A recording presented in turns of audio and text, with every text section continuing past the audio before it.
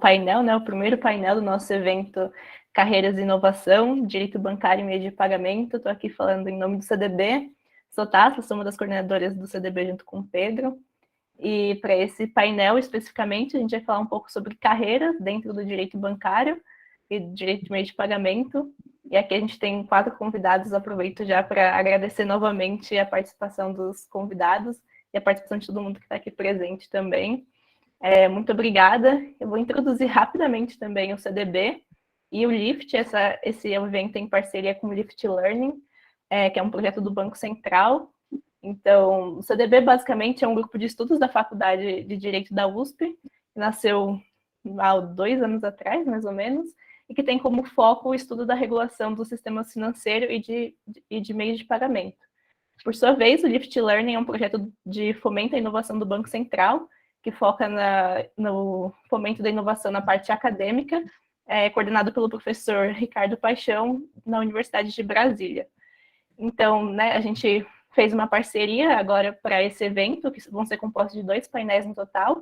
Hoje a gente vai falar um pouco sobre as carreiras dentro do direito bancário e do direito de meio de pagamento, e no próximo painel a gente vai falar um pouco sobre o Real Digital. O próximo painel vai ser dia 13 de abril, se eu não me engano. Pedro, me corrija se eu estiver errado.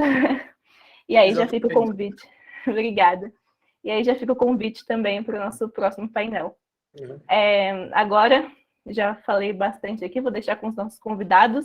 Nosso primeiro convidado aqui é o Aaron, ele é Payments Compliance Officer do Google, né, trabalha aí nessa área há um bom tempinho, uns 6 anos, né, Aaron?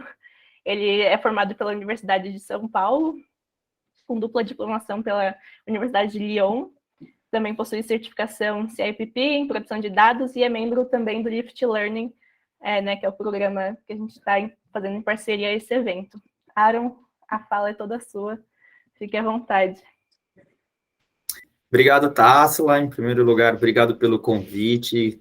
A gente tem acompanhado o CDB há um certo tempo e ver o desenvolvimento, então é realmente marcante ver como vocês dentro da faculdade desenvolveram o grupo, né, desde o embrião ali e agora chegando a eventos, chegando a mesmo movimentar a academia, né, e todos os stakeholders aí, digamos assim, que participam do direito bancário. Então, a primeira coisa é realmente homenageá-los e agradecê-los pelo convite.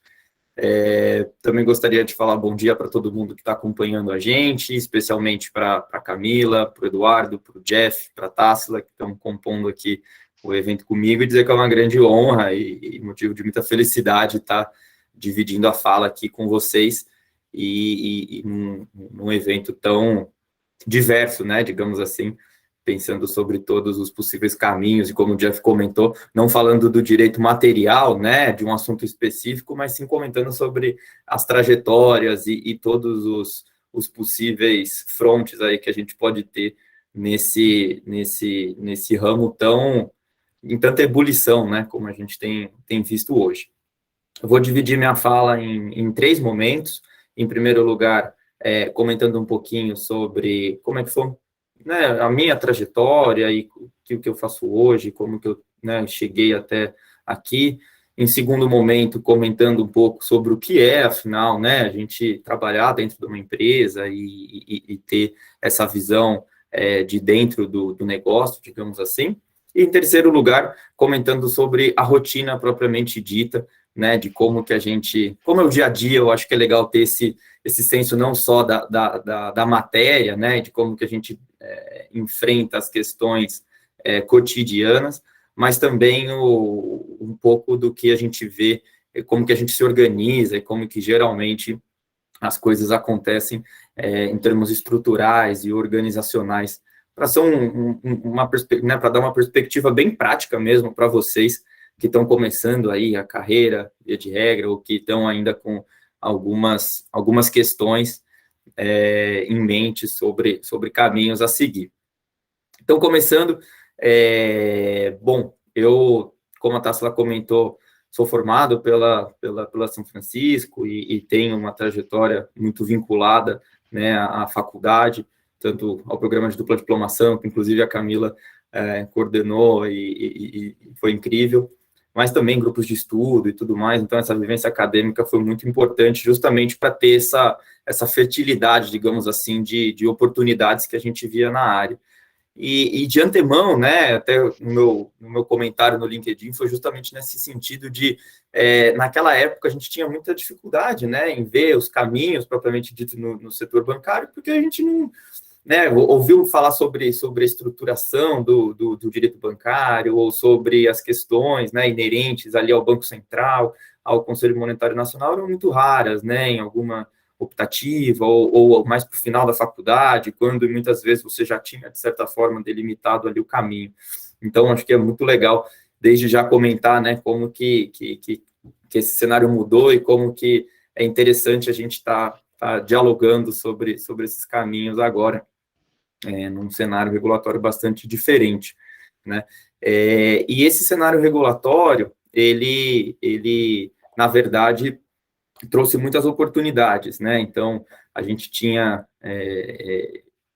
um direito bancário muito tradicional, um direito bancário com portas um pouco, não vou dizer fechadas, mas com pouca movimentação, né? Já tinha um caminho pré-estabelecido, digamos assim, e o que a gente viu, sobretudo desde 2013 ali, né, com o marco legal das instituições de pagamento, mas mesmo do sistema de pagamentos antes, foi um rejuvenescimento, digamos assim, do setor, e com isso houve uma série de consequências positivas para quem estava entrando e para quem tem interesse em entrar, né? Então, na academia foi necessário analisar todo esse segmento, né? O próprio regulador teve essa obrigação, digamos assim, de também não só né, trazer ali no cenário legislativo o marco legal, mas também pavimentar todo esse terreno regulatório para que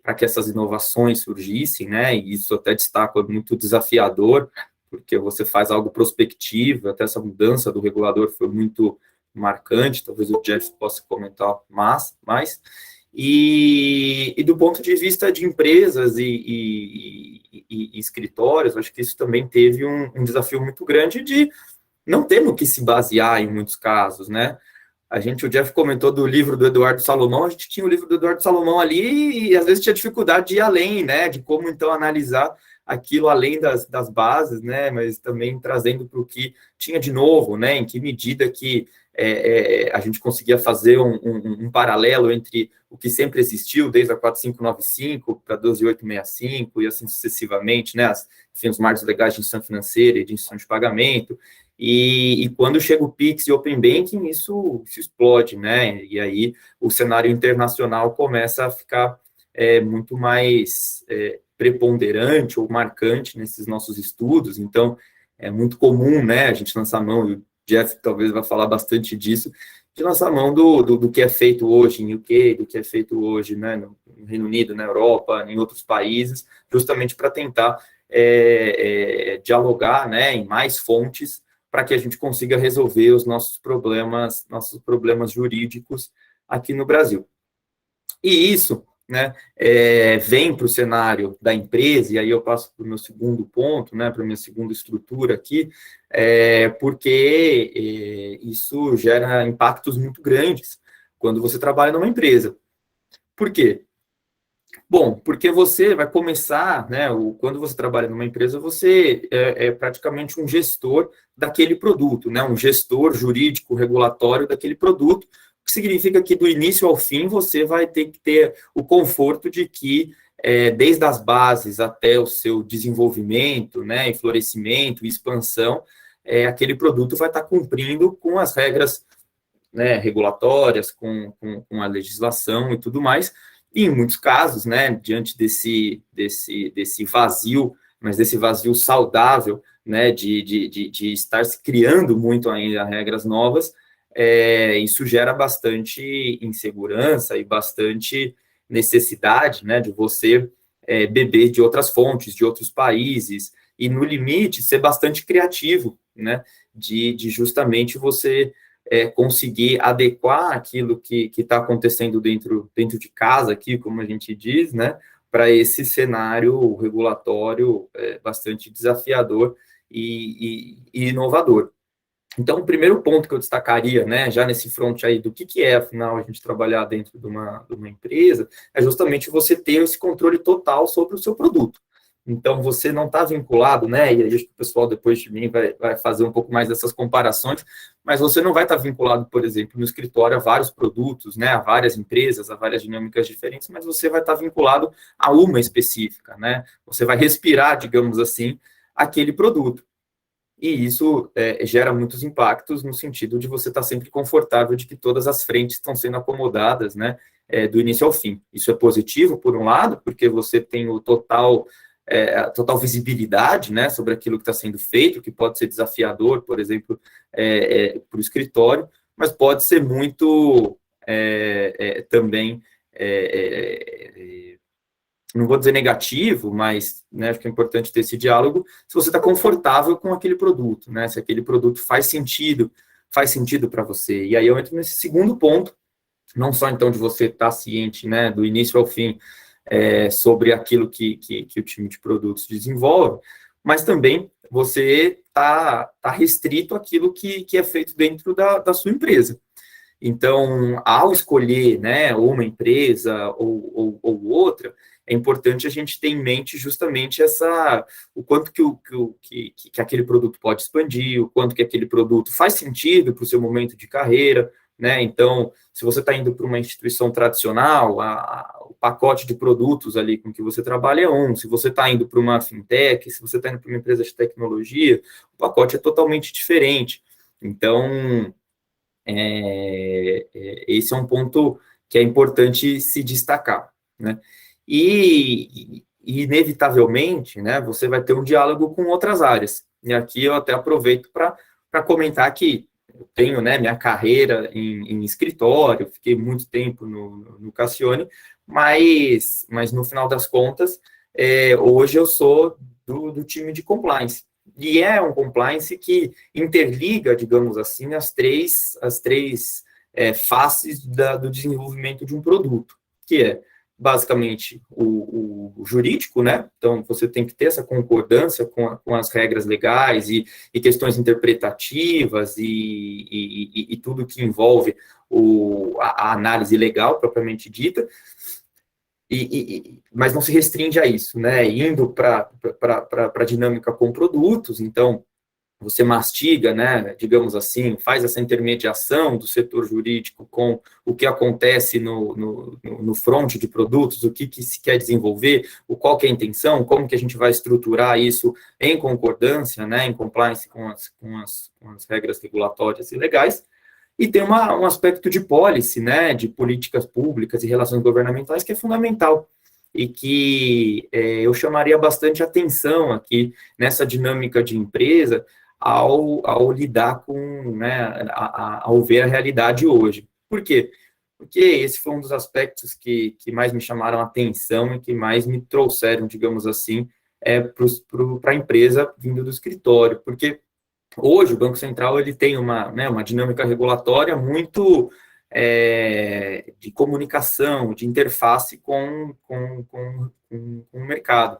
Então, por meio, né, da autorregulação do Open Banking e por meio dos grupos de trabalho de PIX e Open Banking e até por essa dificuldade que a gente estava comentando no início de pavimentar esse cenário regulatório inovador e prospectivo, surge essa interação quase semanal, digamos assim, com o regulador. E é muito desafiador, em muitos casos, o time de políticas públicas, relações governamentais, que depende de como é chamado, né, em cada empresa, ter esse conhecimento regulatório, né, jurídico, detalhado, e, ao mesmo tempo, dialogar bem com outros setores e tudo mais. Então, o compliance, né, no final das contas, ele bebe desse conhecimento jurídico, da resolução conjunta, da resolução PCB-X, isso tem que estar sempre, né, à disposição ali, e é o seu instrumental de trabalho, mas ele vai adiante, digamos assim, na empresa e tem uma interface muito grande com outras áreas.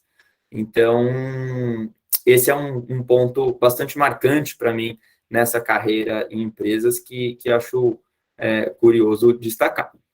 E isso tem tem o bônus, digamos assim, de você, então, sair um pouquinho, né, do jurídico propriamente dito, né, dessa análise legal aprofundada, eu diria, mas também tem o ônus, né, dependendo de qual que é o seu perfil, de ter comunicação o dia inteiro, né, e ter essa obrigação como eu disse até antes, de mastigar esse conteúdo, muitas vezes extremamente desafiador, né, a gente brinca que até às vezes é desafiador, né, para nós mesmos, né, que estamos aqui no direito bancário há anos, ter a exata compreensão de aonde que o regulador quer chegar com alguns instrumentos, né, algumas normas, e trazer isso, como a gente estava comentando, para o setor de produtos, para o setor de políticas públicas e até para o setor que efetivamente vai implementar aquilo que está sendo feito, né, o que a gente chama de back-end, é extremamente desafiador, né? Como você explica a regulamentação do Banco Central para o engenheiro? Nada contra o engenheiro, mas é que a ideia, né, o racional, a lógica é um pouco diferente. Então, você tem que ter muito, né, são dois pontos que tem que ser feitos, digamos assim, pelos quais você tem que passar para ter essa comunicação. Primeiro é compreender, né, na minúcia, o antes, o como e o depois, né, de onde que o regulador quer chegar e qual é o objetivo da norma. Isso você faz junto com o time jurídico também dentro da empresa, mas também de como você vai passar essa informação de uma maneira clara, de uma maneira direta, de uma maneira objetiva, né? E esse é um aspecto que me chamou bastante atenção nesse movimento de escritório para a empresa, né? Então, as comunicações têm que ser muito diretas, não tem que ser, eu brinco que às vezes as comunicações têm que ser em tweets, né? Porque você tem essa obrigação e essa dinâmica muito ágil de ter que desenvolver as coisas, né, e os produtos de um jeito direto mesmo. E que as pessoas, às vezes, não vão conseguir, né, dentro de uma dinâmica de empresa, ter não só o tempo, né, mas, enfim, a disponibilidade mesmo de ir a fundo, e até o instrumental para ir a fundo sei lá, uma situação doutrinária num e-mail para produtos, né, impensável fazer algo assim dentro de uma empresa. Então, até, né, se você tem mais esse perfil de, poxa, eu gostaria né, acho que o pessoal vai comentar muito mais sobre esse front, mas de ter essa bagagem e tudo mais, não vai ser dentro da empresa que você vai utilizá-lo, né, nessas comunicações internas. Isso pode servir como bagagem, né, com o seu instrumental, mas não vai ser por aí que você vai ter um sucesso nessa comunicação, nessa política interna, né, que envolve a dinâmica de empresa. E aí, por fim, indo para o terceiro bloco da minha exposição, eu comento sobre como que a gente vê a rotina, né, ou alguns aspectos um pouco mais pragmáticos, digamos assim, de uma dinâmica de empresa, né. E o primeiro, pensando na sua carreira, né, pensando no que você imagina como desenvolvimento, é sempre importante ver o que você vê como realização. Então, quer dizer, o seu objetivo é ser, como a gente diz, né, o naming partner de algum escritório, né, você tem esse desejo de ver o seu nome ali em todos as publicidades, em todas as questões, talvez não seja, então, uma carreira de empresa sua, né, você tem o objetivo de se dedicar exclusivamente à produção de conhecimento, né, talvez não seja tanto o objetivo aqui. Você tem, por outro lado, o objetivo de se desenvolver, né, de desenvolver produtos, de associar a sua marca, né, ao desenvolvimento de uma funcionalidade, de uma inovação, e carimbar, né, e acompanhar desde da estruturação até o final, todos os aspectos envolvidos no lançamento de um produto. Então, aqui é um pouco mais a sua cara a empresa, né? E como que é a sua dinâmica, né? Como que é o seu dia a dia? É um dia a dia um pouco mais de aprofundamento das questões ou uma ideia mais de conversa, de diálogo, de defesa, não tanto jurídica propriamente dita, mas uma defesa de negócio, né? Uma defesa de objetivos, digamos assim, de produto. Então, acho que sobre a perspectiva, né, de qual que é o seu objetivo de vida, acho que é fundamental a gente pensar, refletir sobre aonde que você quer chegar, o que vai fazer você se sentir realizado, né?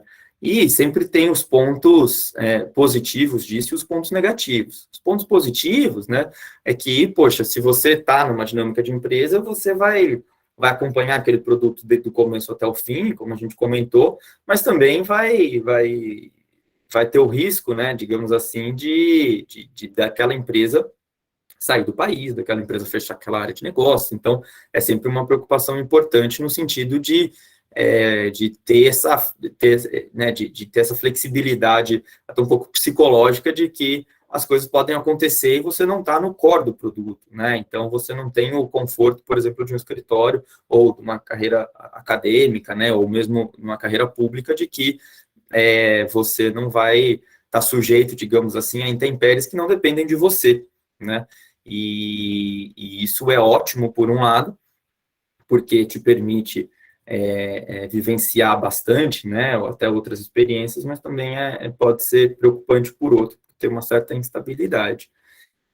E o ponto, né, e terminando aqui as questões, né, eu destacaria que é extremamente possível, dentro de uma empresa, você desenvolver outras práticas, sobretudo a prática acadêmica, né? Então, você tem ainda que você não vá utilizar esse conhecimento aprofundado, né? Então, você não vai citar doutrina, não vai citar algo específico nos seus e-mails internos ou nos seus materiais na hora de dar o aconselhamento, né, para o time de produtos, mas você vai utilizar esse instrumental dentro da empresa, mas também você pode, né, ter essa flexibilidade de desenvolver estruturas em paralelo, né? Então, você pode ter o seu mestrado, o seu doutorado e desenvolver uma carreira acadêmica, isso é, inclusive, muito comum, participar de grupos e tudo mais. Eu acho que a rotina de empresa, ela é bastante intensa, né, ao longo do dia,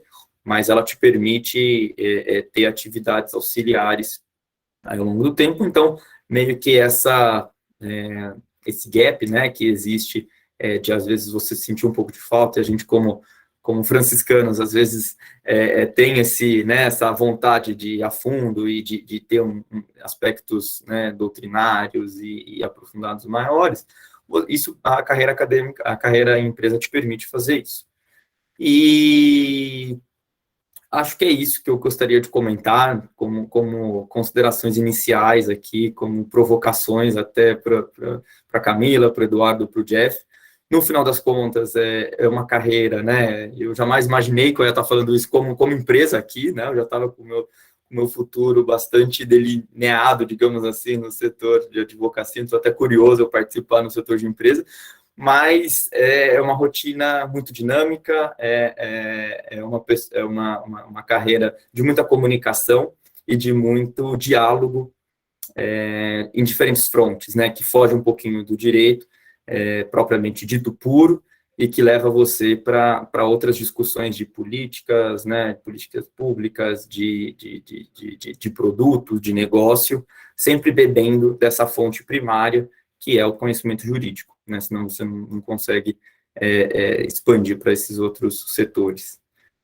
Esses são os meus pontos, Tássila, devolvo a palavra para você e deixo aberto aqui para dúvidas, enfim, considerações, não sei se vai ser agora ou no final, mas estou super à disposição por aqui. Obrigado, pessoal. A gente vai ter depois uma sessão de dúvidas gerais, mas, mais uma vez, obrigada, Aaron, pela sua exposição e, como sempre, por toda sua ajuda aqui dentro do grupo. E aí agora, né, como próximo convidado, vou passar a fala também para o Eduardo Salomão, que é sócio fundador do escritório Levi Salomão Advogados, escritório de advocacia que foi fundado em 1989, voltado a direito comercial. O Eduardo ele é bacharel, doutor e livre-docente em direito comercial pela Universidade de São Paulo e autor, né, do livro Direito Bancário, como todo mundo já mencionou aqui, que é basicamente a Bíblia que a gente usa no direito bancário de meios de pagamento. Nossa. Eduardo, a palavra é toda sua. Obrigado.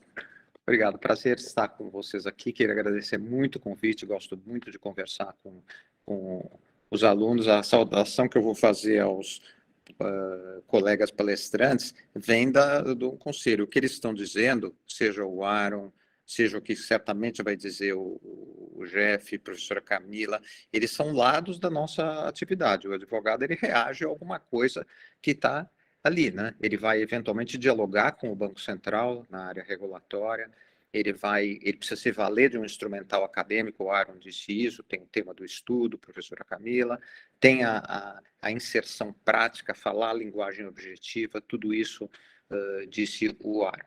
Eu vou, então, o Andy Warhol disse que no futuro a gente terá 15 minutos de fama, eu vou gozar dos meus começando logo, porque eu não queria passar realmente desses 15 minutos. Essa primeira coisa a dizer sobre isso é a gente conhecer uma área, saber o que seria não estar nessa área, né?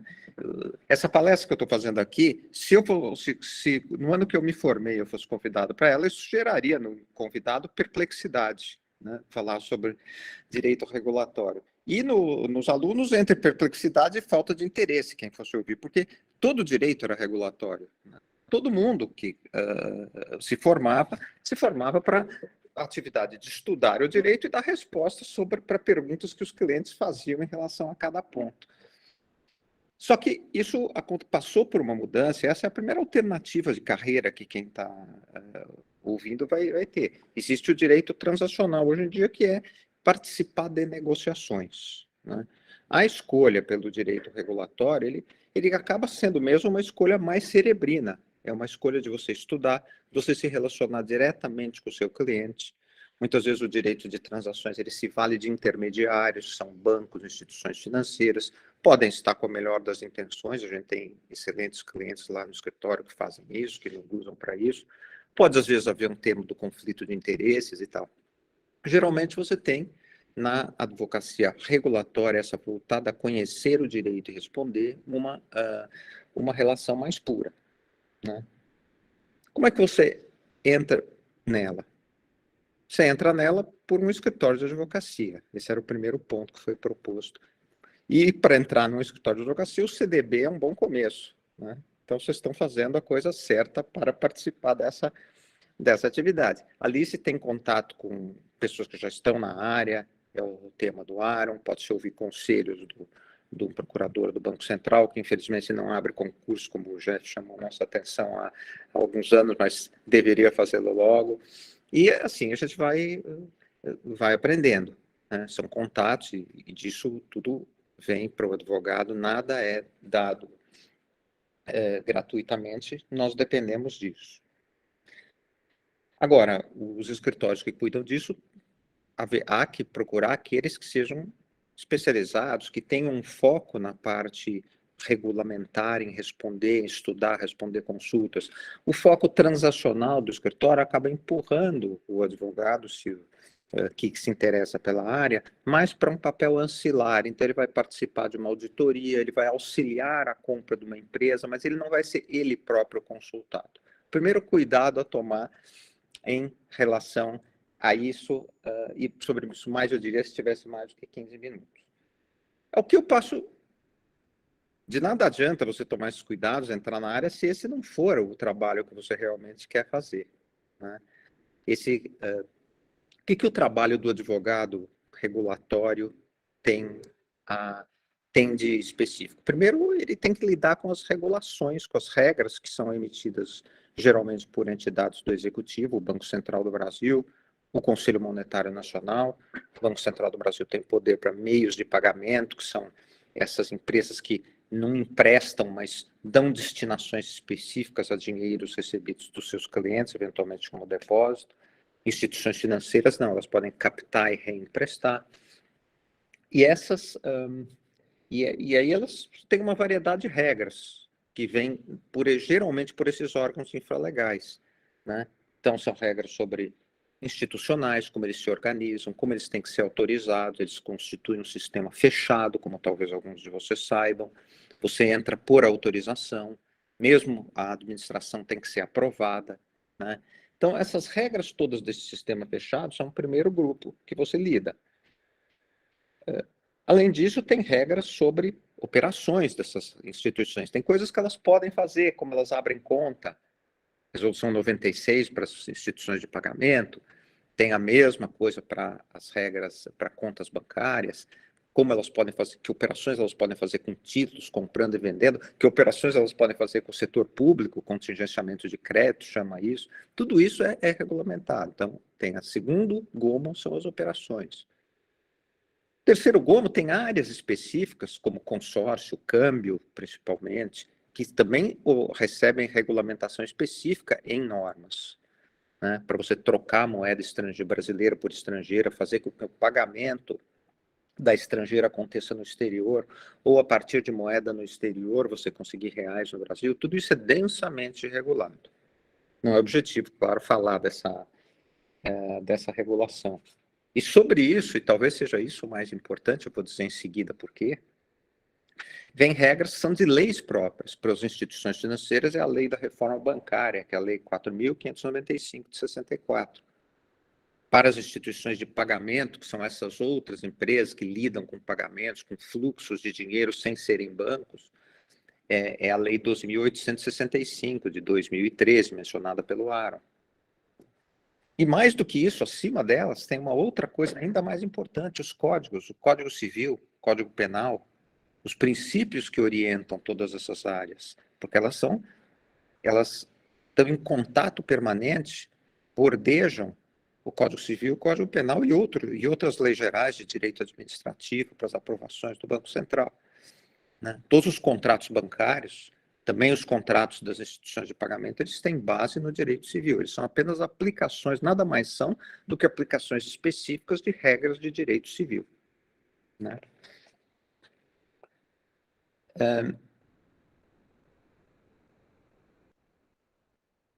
Claro que nós temos também a nossa atividade transacional no direito bancário. Não é que ela não seja importante, ela por exemplo, é voltada para formar contratos de empréstimo.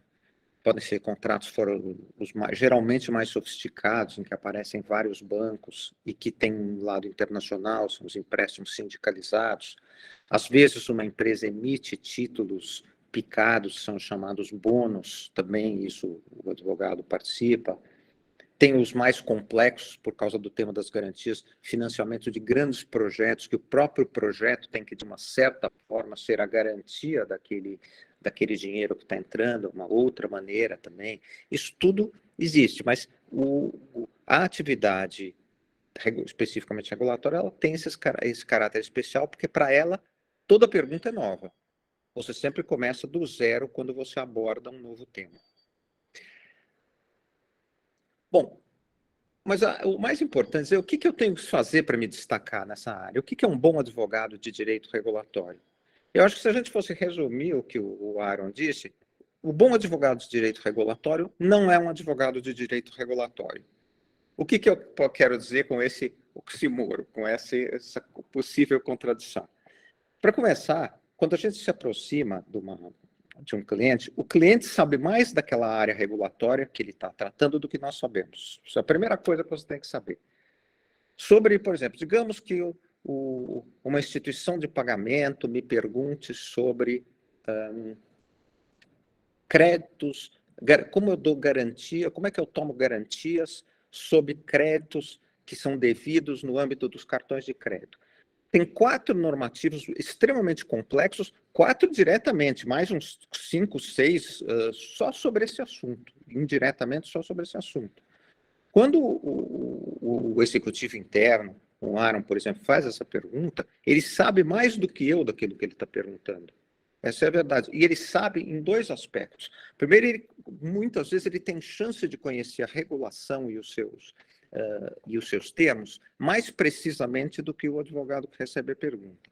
E segundo, aí não é nem chance, ele tem certeza de conhecer o contexto factual daquilo muito melhor do que eu. O que ele estava dizendo na explicação dele era exatamente isso.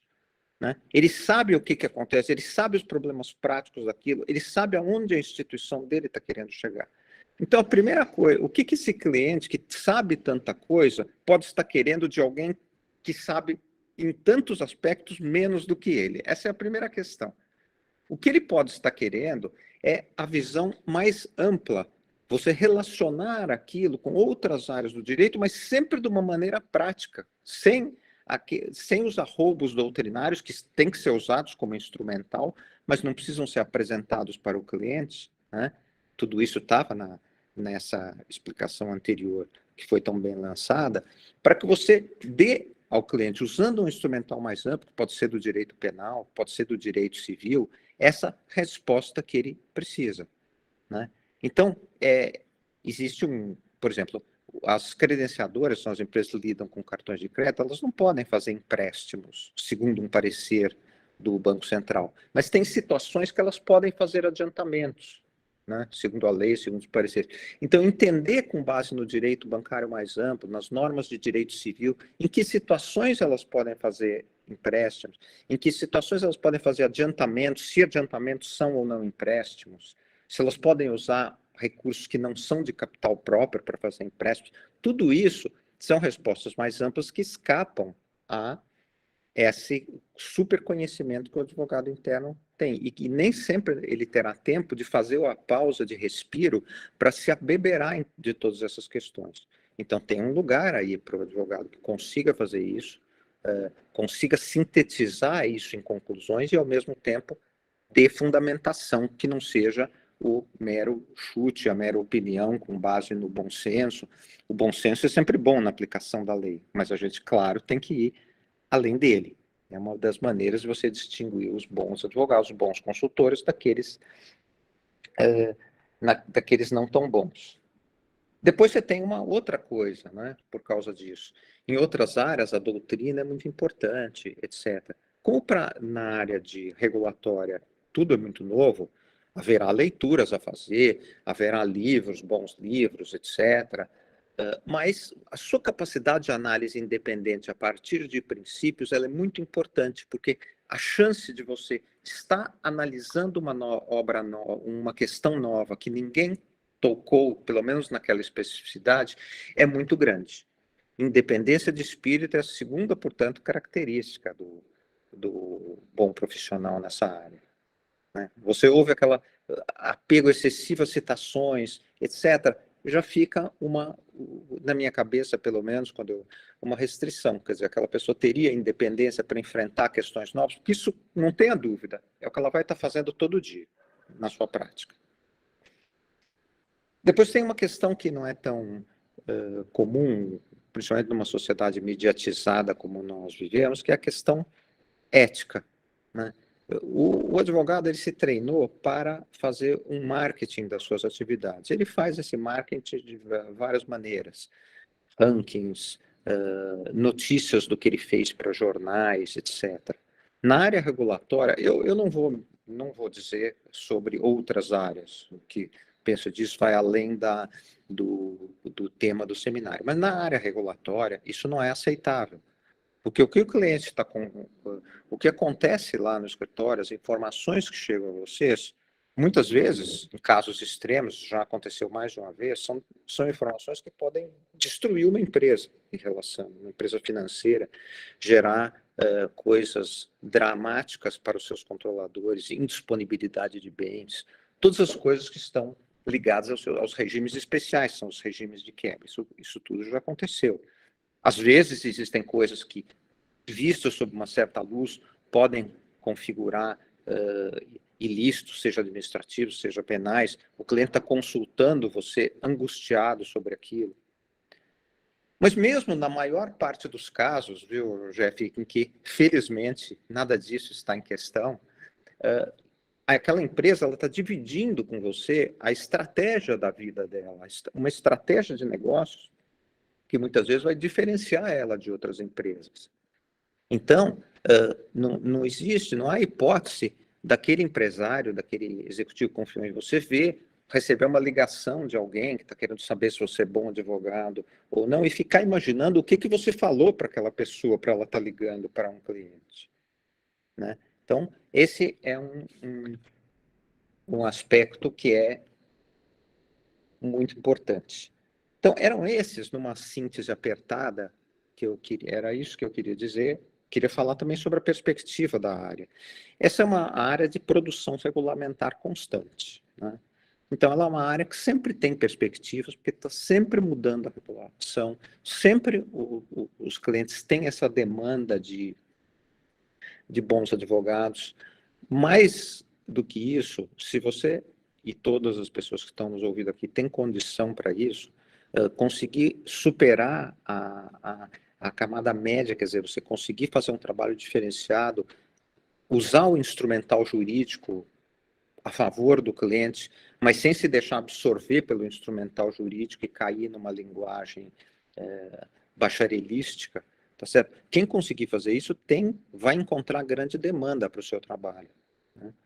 Como são tantos os casos. E aí nesse ponto, você vai ter uma barreira de entrada em relação aos demais, porque essas coisas não são fáceis de se conseguir.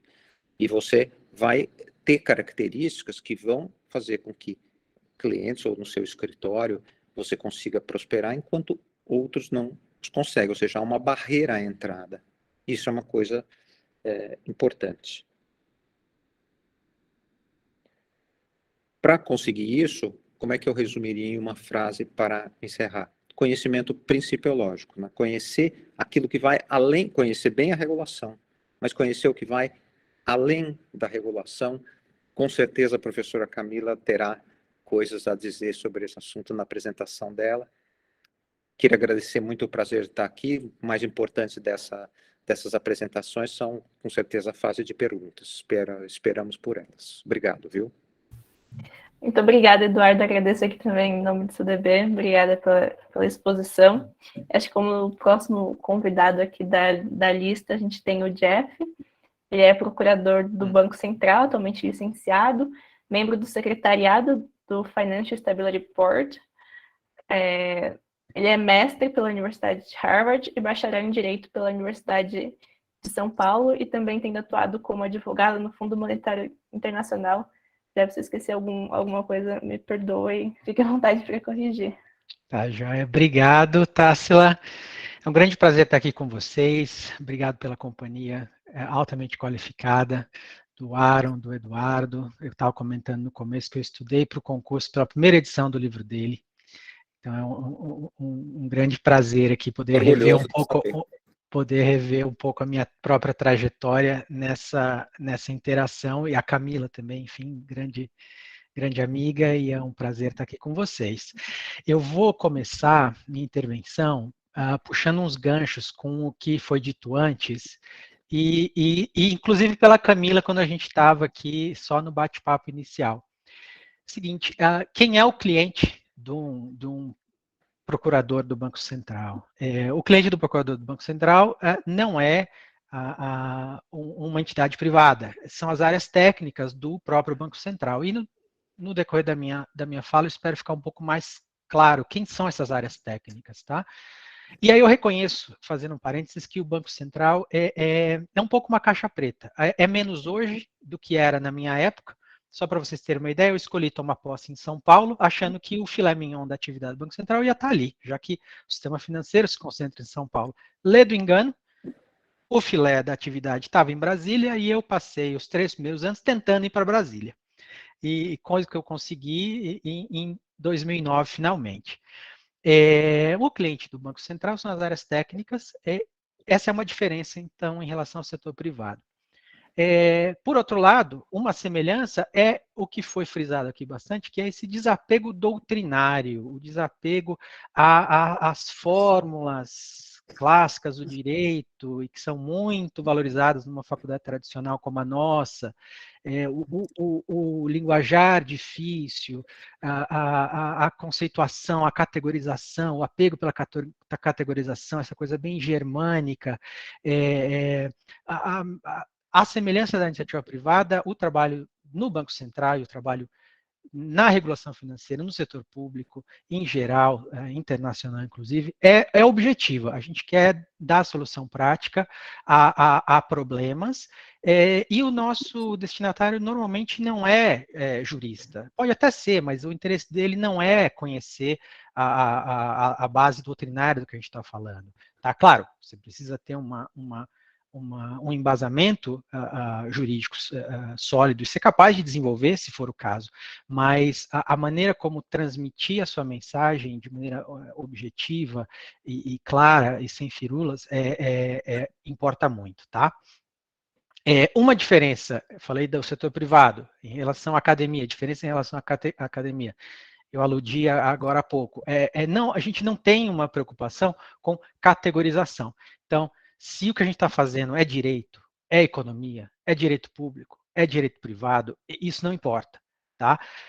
Menos no Brasil. No Banco Central, como a gente está falando de Brasil, a tradição jurídica é ibérica, então ainda há algumas pessoas de uma formação um pouco mais antiga que se apegam a isso. Isso daqui é economia, então isso daqui a gente não pode falar a respeito. Isso daqui é direito público versus privado, então é outra área que tem que cuidar disso.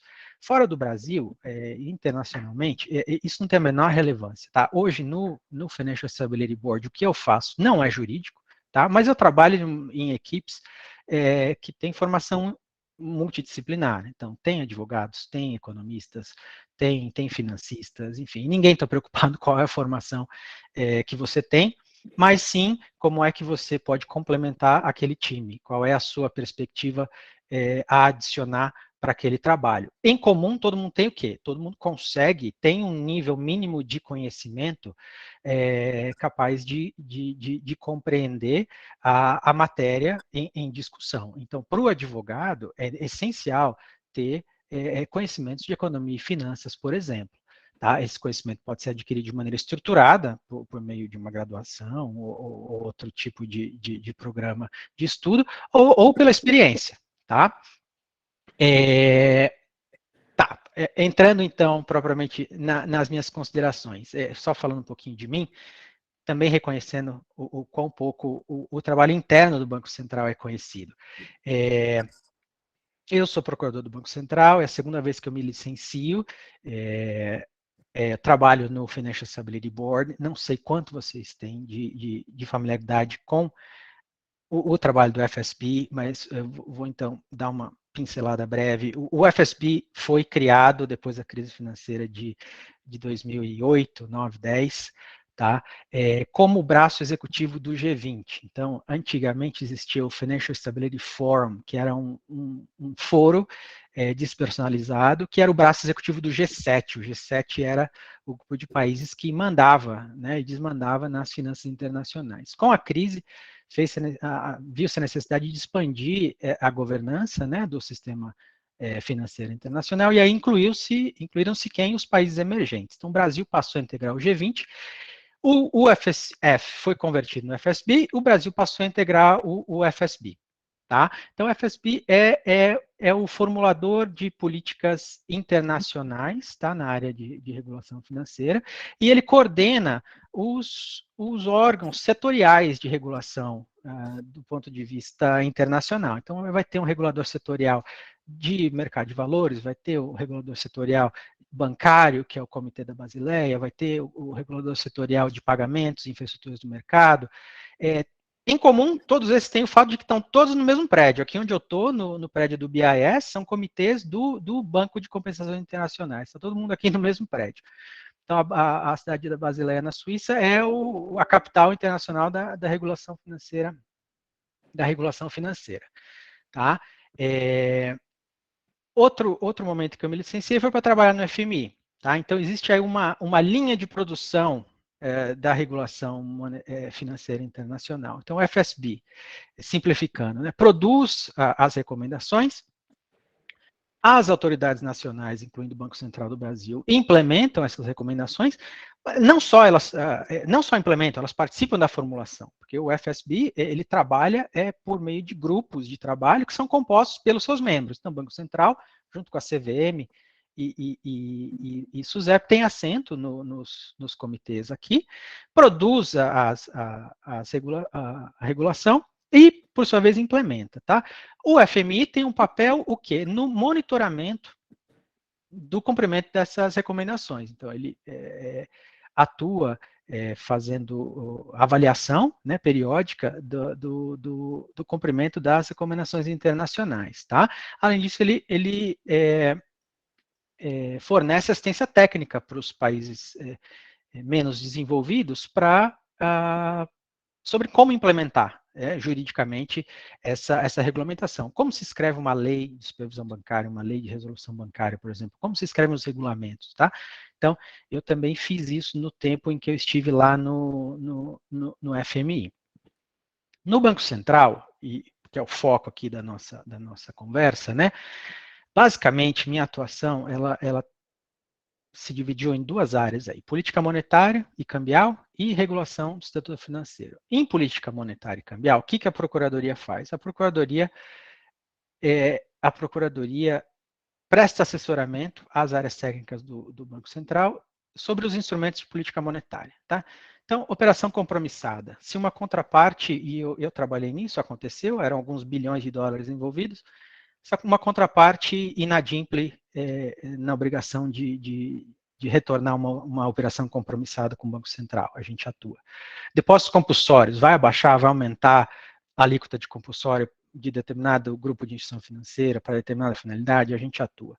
Depósitos voluntários, que é um instrumento relativamente novo, a gente atua na redação da medida provisória. Gestão de reservas, a gente analisa todos os contratos de gestão de reservas.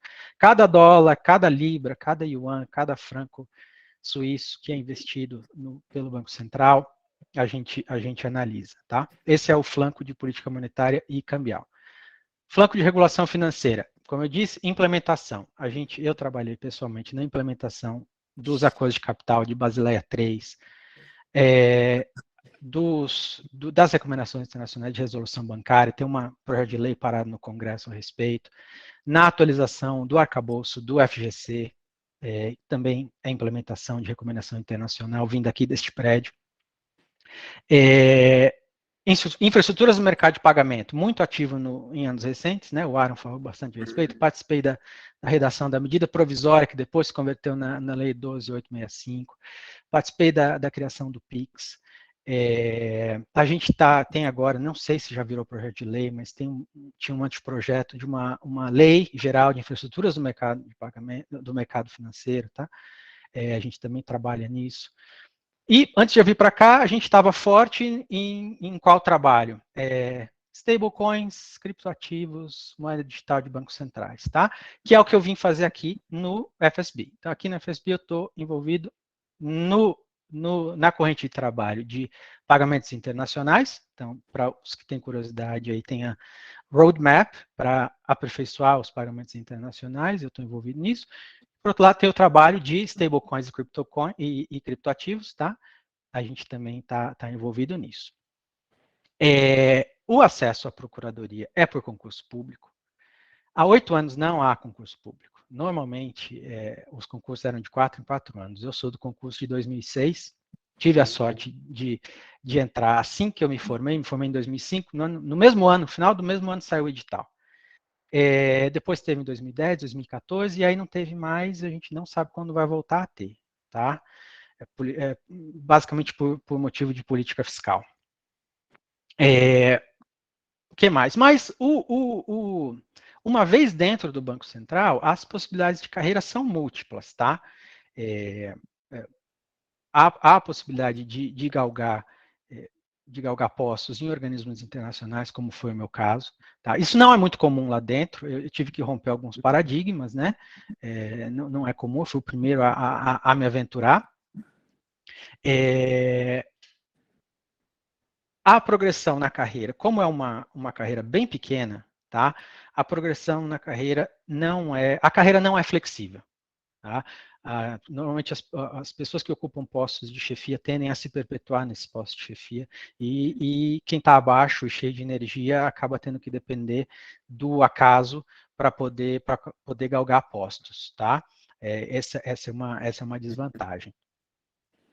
A procuradoria, ela se divide em 2 grandes áreas, uma é o contencioso, outra é a consultoria. Tá? O contencioso do Banco Central não tem nada de especial em relação a outros contenciosos. Tá? Claro, a matéria é uma matéria relacionada à regulação financeira, a transações, mas a minha experiência é que você não vai aprender muito sobre as atividades fins do Banco Central pela lente do contencioso. Tá? A consultoria, sim, ela é dividida em 4 áreas, uma área administrativa, que lida com matérias gerais de direito administrativo, contratações, pessoal. uma área de direito penal, que lida com temas de lavagem de dinheiro, por exemplo. Aí tem uma interface internacional bem interessante. E as duas áreas com as quais eu tenho mais proximidade, que são as áreas de regulação propriamente dita e de política monetária e internacional. Tá? São essas, basicamente, essa é a estrutura interna da Procuradoria. Muita gente se aposentou, como vocês podem imaginar, desde que houve o último concurso. A carga de trabalho não é muito alta, tá? Vai depender muito do seu estoque pregresso de processo, da familiaridade que você tem com determinadas áreas. Então, se você é alguém que vem acompanhando determinado tema há muito tempo, por prevenção você vai continuar naquele tema, e aí vai chegar um momento que você vai ficar assoberbado. Mas no geral, é um trabalho em que é plenamente possível conciliar, ter uma boa qualidade de vida, tá? O que mais? Há outras possibilidades para quem se interessa por regulação financeira também no setor público. Então, a carreira de procurador federal tem representação na CVM e na SUSEP. Tá? Então, via Procuradoria Geral Federal, é possível trabalhar na CVM e na SUSEP. Outra possibilidade ainda, para quem deseja trabalhar no Banco Central, é a carreira de analista. Que os meus colegas não me ouçam. Mas se fosse hoje, é o concurso que eu teria prestado. Tá? Os procuradores do Banco Central hoje ganham honorários. Tá? Por conta da inflação, o nosso subsídio não tem reajuste há mais ou menos 5 anos. Tá? Mas os honorários, naturalmente, vêm sendo reajustados, né, pela inflação. Então, hoje os honorários, eu acho que eles totalizam mais ou menos um terço do nosso subsídio bruto. Tá? Então, é um grande incentivo. Os analistas não têm isso. Mas os analistas, eles podem efetivamente galgar os altos postos no Banco Central e ter exposição, coisa que não acontece dentro da Procuradoria. O Banco Central sofre de corporativismo, tá? Que é íncito as carreiras públicas no Banco Central, infelizmente. Então, há grande resistência a que procuradores assumam funções fora da Procuradoria. Eu tive essa experiência de assumir uma função fora da Procuradoria, quando eu voltei da FMI, e não fui bem recebido pelos meus colegas analistas, o que é uma grande besteira, porque quem perde é o Banco Central, que não pode usar alguém que veio da FMI com uma experiência que ninguém mais ali tinha, e voltei para a Procuradoria. Tá? E aí, já ligo isso a uma outra desvantagem, né, da carreira de procurador, que é, em comparação, por exemplo, à academia ou ao setor privado, que é a falta de exposição. Então, é um trabalho muito de bastidores, tá? A menos que você tenha uma atividade acadêmica paralela que te projete, você não vai, o seu trabalho não vai ser conhecido, ainda que você trabalhe em temas relevantíssimos que ninguém mais está trabalhando, seja na academia ou dentro, ou na iniciativa privada, ou ainda que esteja trabalhando, não conhece com a mesma profundidade, você não vai ser conhecido, tá? Então, essa é uma desvantagem.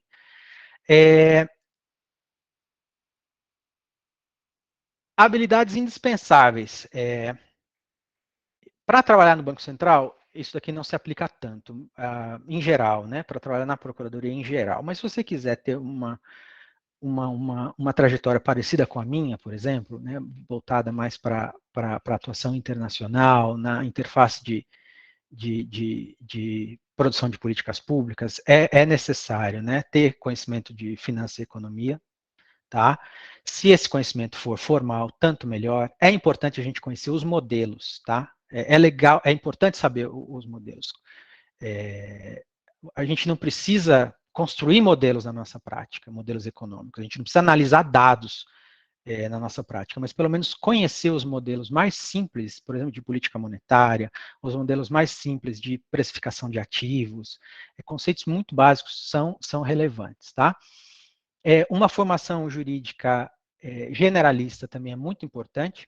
Eu estagiei 4 anos em um escritório, né, durante a faculdade, e eu percebia que o que se exigia normalmente, dos advogados, que eram meus colegas, era um conhecimento muito muito especializado, enquanto que para prestar o concurso e para a prática do posterior no Banco Central, é sim necessário ter um conhecimento bastante amplo também de áreas como constitucional, administrativo, penal, eventualmente, tá? Então, o concurso é uma boa escola. Estudar para o concurso com o nível de dificuldade que normalmente se exige, é uma boa preparação para o que vai ser exigido na prática posteriormente. E o domínio da língua inglesa, né? Isso acho que eu não preciso mencionar.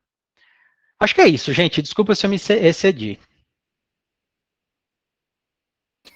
Muito obrigada, Jeff. Eu agradeço aqui, né, em nome do CDB, pela exposição. E agora a gente tem nossa última convidada, a Camila Duran.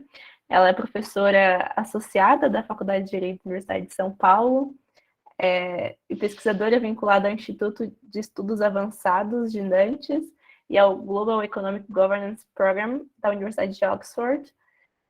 Camila é uma das exponentes brasileiras de pesquisa sobre regulação financeira e monetária, pós-doutora pelas universidades de Oxford e Princeton, e doutora com dupla titulação de tese pela Faculdade de Direito da USP e pela Université de Paris, Panthéon-Sorbonne, acho que é isso, atuando como professora visitante em diversas universidades brasileiras. Camila, também me corrija se eu errei alguma coisa, alguma pronúncia por aqui. Ou se acabei esquecendo alguma coisa, mas a fala é toda sua. Muitíssimo obrigada. Nossa, é um prazer estar aqui. Muitíssimo obrigada pelo convite a todos e todas do CDB. Também é um prazer estar aqui junto com o Aaron, com o Eduardo e com o Jeff. Eu tive a oportunidade de dialogar diversas vezes, diversas ocasiões, fazendo a minha pesquisa empírica da Universidade de São Paulo, junto ao Fundo Monetário Internacional. E para mim, preparar essa apresentação foi algo extremamente difícil, porque eu não conseguia decidir por qual ângulo eu iria tratar esse tema.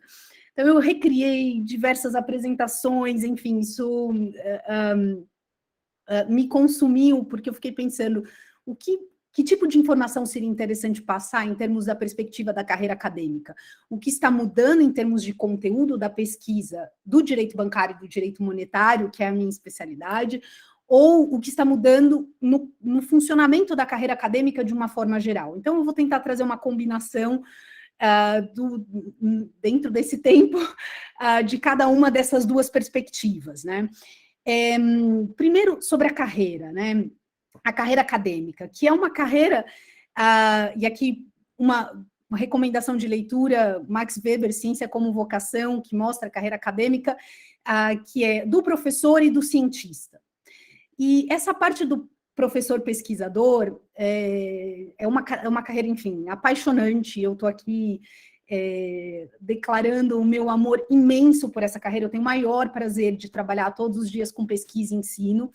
É uma carreira de muito amor, que eu acho que, enfim, era algo que eu até hesitava em falar, porque eu não via isso nas outras apresentações, essa perspectiva emocional da carreira. E é um cotidiano da carreira acadêmica, é um cotidiano extremamente prazeroso, de contato com pessoas incríveis, de relacionamentos internacionais, nacionais, com pessoas que estão dentro e fora da academia, na sociedade, os diferentes stakeholders da universidade. O Jeff colocou uma questão: quem é o cliente do Banco Central? Eu posso colocar mesmo a questão: quem é o cliente da universidade? É a sociedade. E nesse sentido, tanto na produção do ensino, como na produção da pesquisa, eu preciso estar em contato com essa sociedade, que vai desde os contribuintes do Estado de São Paulo, que financiam a Universidade de São Paulo. Então, o foco é pesquisa engajada socialmente, com impacto social, com impacto em temas de interesse público, que vão ajudar a pensar a eficiência da regulação feita pelo Banco Central no sistema financeiro, no sistema monetário, mas que vai também pensar o impacto social dessa regulação. Então, como isso atinge, e aqui o meu tema predileto, moeda e inflação, que eu imaginava, enfim, que já estaria encerrado desde o início da década de 90 no Brasil, mas a gente volta a discutir como a regulação da moeda impacta em termos inflacionários as classes mais baixas da população. Então, qual é o impacto social da minha pesquisa? Essa é uma questão que eu me coloco todos os dias, desde o desenho do projeto de pesquisa que eu decidi me engajar, até na produção do artigo final, que vai ser publicado numa revista, e que eu acho que tem que ir além da avaliação dos pares, que essa é uma avaliação que sempre se faz do trabalho acadêmico, né? A revista que está no ranking Qualis A1, A2 da CAPES, e que é avaliada de forma blind pelos pares. Acho que a gente tem que se perguntar qual outro tipo de produção, qual o tipo de produto eu tenho que dar da minha pesquisa que vai além desse diálogo com os pares, né? Então, como participar da redação de projetos de lei, de projetos de regulação, de audiências públicas do Banco Central, como dialogar com escritórios de advocacia, com empresas de tecnologia que estão discutindo temas relacionados à moeda e meios de pagamento. Então, qual é o impacto social da minha pesquisa e quais são os produtos que eu tenho que desenhar para alcançá-los? Artigos de jornal, vídeos, participação em audiência pública, etc. Então, acho que aqui é uma pergunta que todo pesquisador que tem que se fazer. A minha pesquisa está gerando um impacto social desejado? Ainda mais num país como o nosso, né, caracterizado por desigualdades sociais, desigualdades de gênero, desigualdades raciais, e o tema do direito bancário e da moeda não é um tema isento nesse aspecto. A gente sempre tem que se perguntar como a regulação da moeda brasileira privada e pública, então a gestão pelo Banco Central, mas também a produção, a criação de moeda privada por bancos, se ela está atingindo o seu objetivo social, que é o desenvolvimento econômico do país, né? Então, acho que essa é uma pergunta importante dentro da carreira acadêmica do pesquisador. É o porquês e comos dos diferentes modelos de regulação da moeda e do sistema financeiro. Sobre o ensino, o que eu tenho visto em termos de mudança do desenho de currículos acadêmicos para o ensino do direito, né? E aqui eu vejo cada vez mais, e algo que eu acho que a São Francisco ainda está atrasada nesse sentido, e aqui tentando me alinhar um pouco também com o que o Aaron e com o que o Eduardo disseram, né? A gente tem que mudar do foco para a apresentação de conteúdo nos currículos de ensino para abordagem de contextos. Então, para além da pergunta, o aluno ou a aluna estariam aptos a fazer isso, a gente tem que se perguntar como eles fariam isso, né? Como dar as habilidades necessárias para que esse aluno, no decorrer da sua carreira, resolva problemas complexos que demandam soluções inovadoras, que não foram dadas de presente na academia, mas que eu preciso desenvolver habilidades profissionais necessárias para que ele resolva desafios sociais que ele vai encontrar. E aqui um papel importante da universidade é preparar o meu cliente também, os alunos e alunas, para mudanças e incertezas. Esse aluno e essa aluna precisam saber trabalhar em qualquer profissão, carreira que eles escolherem, com mudanças, e elas são constantes, e com incertezas.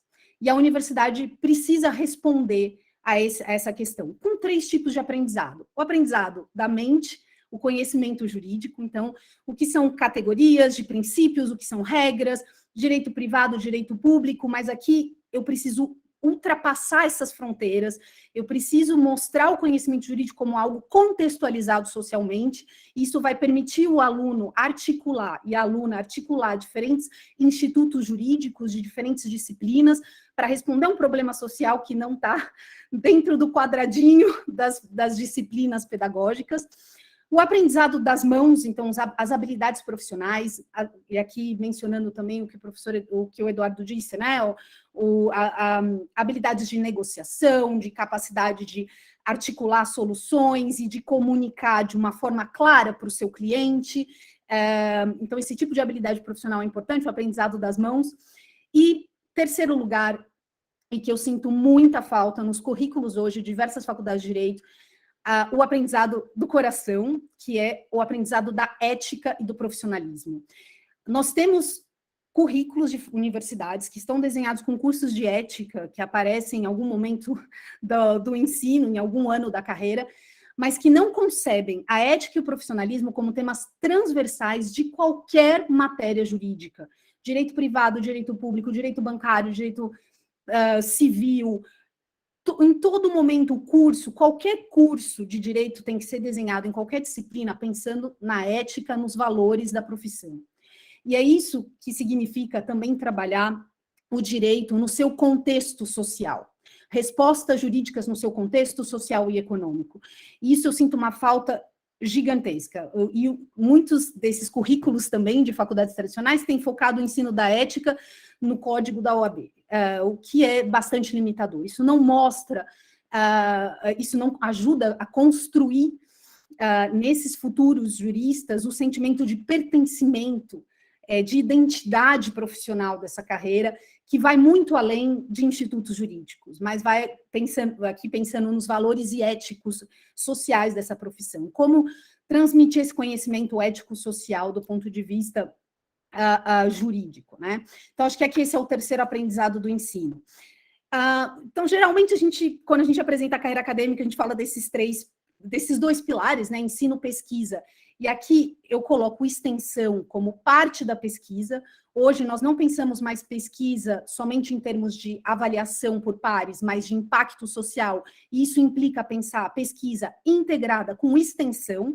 Então, aqui eu nem falo mais de 3 pilares, eu acho que isso é uma visão tradicional. Eu falo de 2, ensino, pesquisa, / extensão. Mas tem um trabalho de gestão administrativa que o pesquisador professor não foi treinado, e que é essencial. Nós fazemos parte de chefias de departamento, de comissões, de conselhos, nós precisamos gerir orçamento, nós precisamos gerir projetos, construir projetos, até para pensar o próprio ensino e a pesquisa, para pedir financiamento no exterior, para construir relações internacionais com outras universidades, com outros parceiros, e nós não fomos treinados para isso. Então, a terceira habilidade, gestão administrativa, é extremamente importante. E aqui, um conhecimento interdisciplinar é altamente desejável em termos de economia e de gestão. A minha carreira, e aqui um ponto de vista pessoal, ela é um pouco sui generis, né? Eu fui introduzida à carreira acadêmica muito cedo, no 2º ano da graduação, quando eu entrei no programa PET, Sociologia Jurídica, o programa de educação tutorial. Então, eu já fui treinada com diversas metodologias de ciências sociais que iam muito além do direito, já no 2º ano da graduação, e durante 4 anos, em paralelo à graduação, eu já pude publicar artigos que, inclusive, foram premiados até por institutos de economia. Então, ali eu já estava produzindo uma pesquisa que ia muito além da dogmática jurídica, mas tentava pensar o impacto de direito na sociedade, a contribuição do direito para a constituição de institutos econômicos. O passo seguinte da carreira acadêmica é o mestrado. Algumas universidades privadas e faculdades privadas aceitam aulas dadas por mestres, mas para entrar numa universidade pública, o requisito mínimo é ter doutorado. E aqui é a terceira fase essencial da carreira. Para prestar um concurso numa universidade pública, o doutorado é essencial. Existem diversas formas de se construir esse doutorado, pode ser no exterior, com reconhecimento depois no Brasil, pode ser um duplo diploma, como eu fiz com a Paris 1, Pantheon Sorbonne, mas o doutorado é essencial para se entrar nas universidades públicas que formam a elite dirigente do Brasil, né? Então, é um requisito essencial. O último título possível da carreira docente é a livre docência. Então, a minha livre docência foi em Economia Internacional, no Instituto de Relações Internacionais da USP. Então, aqui, mais uma vez, eu investi numa carreira interdisciplinar. E eu acho que, como os meus colegas aqui da mesa, isso é essencial, né? O direito dá resposta a problemas sociais e econômicos. A gente precisa necessariamente ter um conhecimento interdisciplinar em qualquer área profissional do direito. É essencial. Então, para mim, a área de moeda, bancário, economia, e notadamente a perspectiva internacional, de análise do sistema monetário internacional foi muito importante. Então, a minha livre docência, que é o último título possível, eu fiz em economia internacional. E essa é uma fase importante para se seguir para o 2º nível da carreira, né? Quando nós entramos num concurso público, nós entramos como professores doutores, 1º nível da carreira. Para ir para o 2º nível da carreira, precisa ter a livre docência, e aí nós viramos professores associados. E o 3º nível da carreira, que é o professor titular, é um concurso público.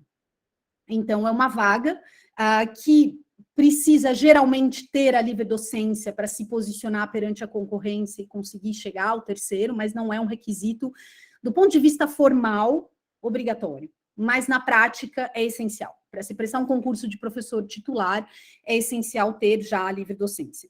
Então, esse é o percurso da nossa carreira, esses 3 níveis, e aqui descrevendo notadamente na Universidade de São Paulo. E aqui os pontos de atenção que eu chamaria, a atenção de você, que eu levantaria. Uma das perguntas que me fizeram também aqui para a preparação é qual é o futuro dessa carreira, como imaginar os próximos passos, né? É com muito pessimismo que eu digo, é uma tragédia a carreira acadêmica no Brasil.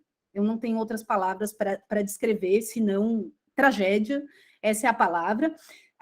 Hoje eu não recomendo para nenhum aluno ou aluna que estão fazendo mestrado ou doutorado comigo que se dediquem à carreira exclusiva no Brasil. Quer fazer carreira exclusiva? Ótimo, faça um doutorado no exterior, fique no exterior como professora de dedicação exclusiva.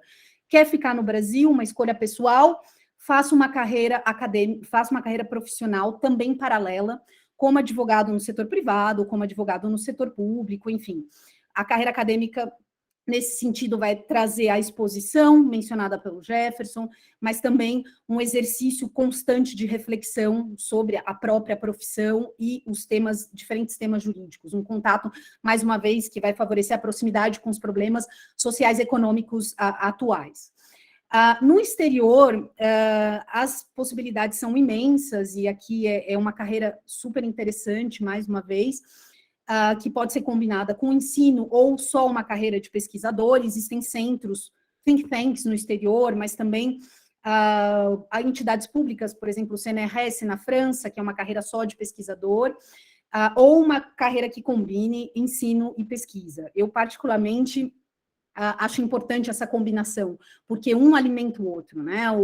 A pesquisa alimenta a constante reflexão sobre ensino, o ensino alimenta, a partir do diálogo e do teste com os alunos, da conversa, alimenta a pesquisa e aumenta o engajamento social dessa produção do pesquisador. Caso carreira exclusiva seja uma alternativa para o Brasil, eu diria, aguarde 2023 e volte daqui 10 anos, se você estiver fazendo no exterior. Se não, aguarde 2027 e volte daqui 20 anos para o Brasil, se esse for o desejo. Mas, infelizmente, o próprio Jefferson mencionou a questão da não correção monetária, né, dos vencimentos.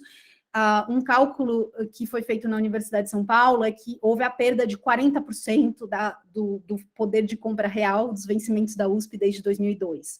Então, 40% é muita coisa. Enfim, não acredito que seja possível no Brasil hoje esse tipo de carreira exclusiva.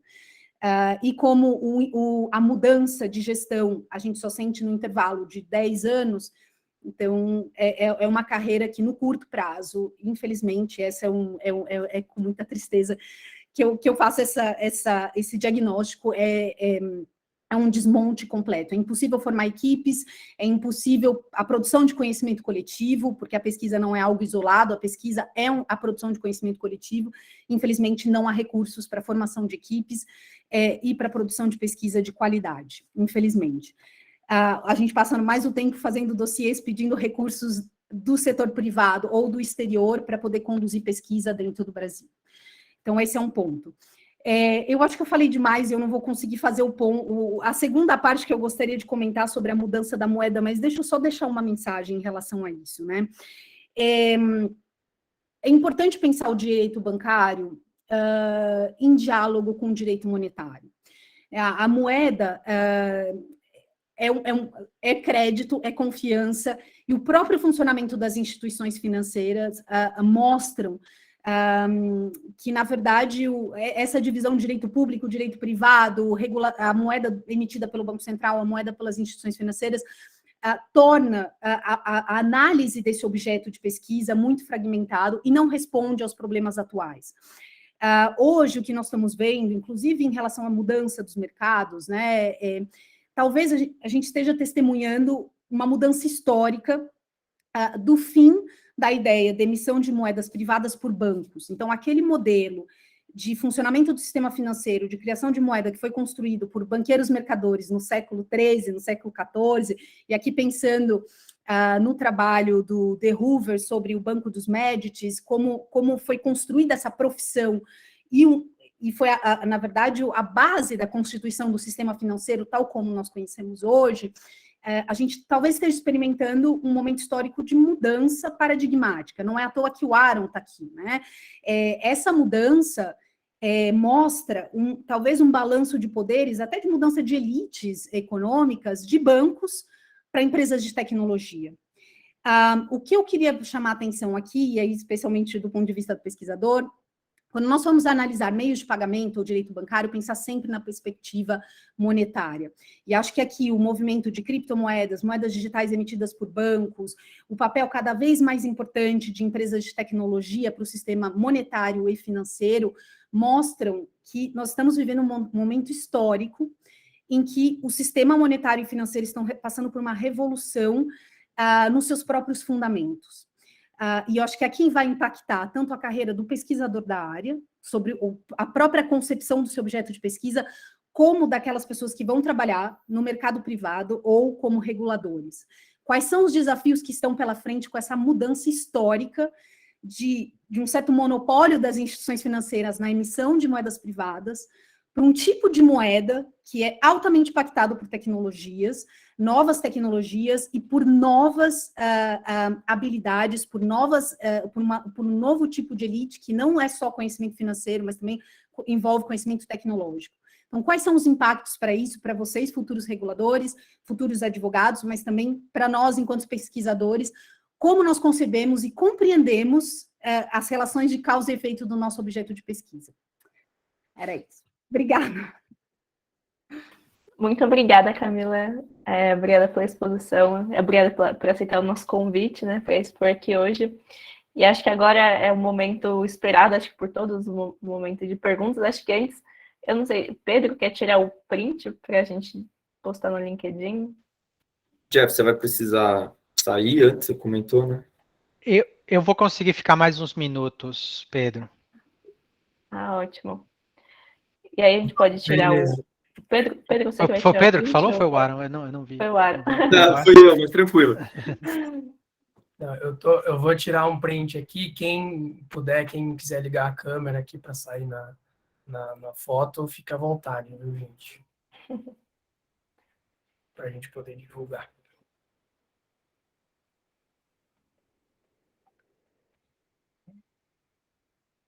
Prontinho. Obrigado. Muito obrigada, Pedro. Então, agora a gente vai abrir para perguntas.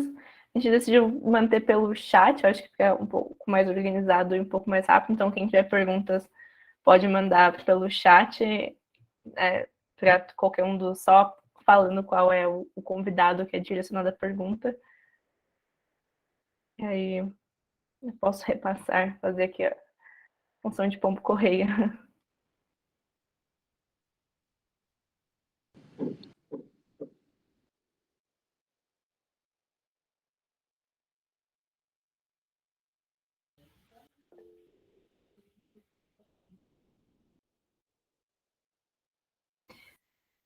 Maria Elisa, pode falar, acho que está com a mão levantada. Posso falar? Tá. Pode, Aí depois sim. vocês podem ler as outras perguntas, que eu vi que teve gente mais tímida que colocou no chat. Mas é uma pergunta bem simples, assim, eu achei bem legal que a gente teve uma perspectiva, seja do doutor Eduardo, do Jeff, da Camila, que é uma parte assim, do profissional público-privado e da parte da academia, né? E a minha pergunta é, assim, em geral, não só para uma pessoa em específico, que eu fico me perguntando, por exemplo, no ambiente acadêmico, como é que a gente lida para pesquisar um objeto de pesquisa que toda hora ele se renova? E no aspecto profissional, como é que você lida com o ambiente que, assim, acho que até se falar assim, uns 10 anos ou um pouquinho mais, era um pouco diferente. Eu acho que hoje chega num ritmo que está numa dinamicidade até, ao meu ver, um pouco grande demais. E eu digo isso porque, assim, eu estou pesquisando sandbox regulatório, né? E até quando eu iniciei o mestrado, eu fiquei pensando assim, nossa, mas será que vai dar certo? Por enquanto está dando certo, né? Mas, enfim, às vezes é uma medida que até vai avançando até para outros setores além do setor financeiro, por exemplo. E aí, só nesses 2 últimos anos, por exemplo, já vi o PIC, já vi o Open Banking, daqui a pouco vai vir mais coisa ainda, né? Já tem até um projeto de Banco Central de criptomoedas, enfim, às vezes são coisas que, de novo, há 10 anos atrás a gente nem imaginava e hoje a gente está quase que sendo atropelado, de certa forma, né? Até desculpa essa expressão, mas é a forma como eu sinto. E assim, de maneira geral, não sei como vocês vão se organizar para responder, como vocês como lidar com esse contexto de constantes mudanças. Posso dar a primeira tentativa de resposta aqui? Porque essa eu me identifiquei muito. Na terapia, toda semana eu converso sobre isso, brincadeira. Nós somos vítimas da internet, da era da internet, né? Eu tenho muita inveja. Passei um tempo atrás no antigo Supremo Tribunal Federal, lá na Cinelândia, no Rio de Janeiro, e aí tem lá umas réplicas de sentenças redigidas à mão pelos ministros de então. As fontes de informação eram tão poucas, eles conseguiam esgotar tudo. Hoje a gente enfim, bom, eu ia usar uma palavra aqui que era um anglicismo. Hoje nós somos inundados com informação, além do que o objeto, né, os fatos mudam com muita velocidade. Como é que a gente consegue se manter atualizado, né? É impossível. Acho que o primeiro ponto é aceitar que é impossível. Eu desenvolvi um método próprio para, pelo menos, manter no meu radar o que está acontecendo, com a esperança de um dia, se surgir a necessidade ou a oportunidade, eu saiba quais são as fontes a consultar. Então, eu tenho tenho várias categorias no Evernote, tá? Por temas, então eu tenho lá política monetária, resolução bancária, supervisão, tem enfim, diversas categorias. E sempre, eu assino um monte de newsletters, enfim, sempre que eu tomo conhecimento de alguma recomendação, algum artigo interessante, eu coloco lá, tá?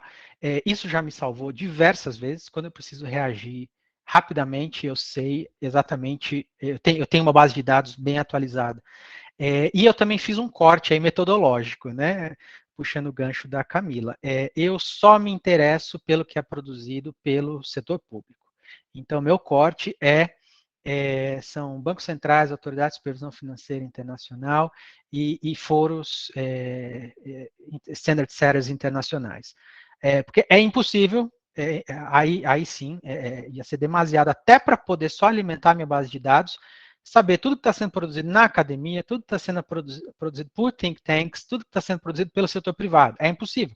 Então, você precisa selecionar um corte e se contentar com ele. Talvez na academia, aí a Camila pode complementar minha resposta, até tenho essa curiosidade, talvez na academia, porque o nível de pesquisa seja muito mais profundo, você precise, né, para o seu objeto específico de pesquisa, explorar tudo. Mas foi por isso que eu não quis ir para academia, porque eu ia enlouquecer rapidinho.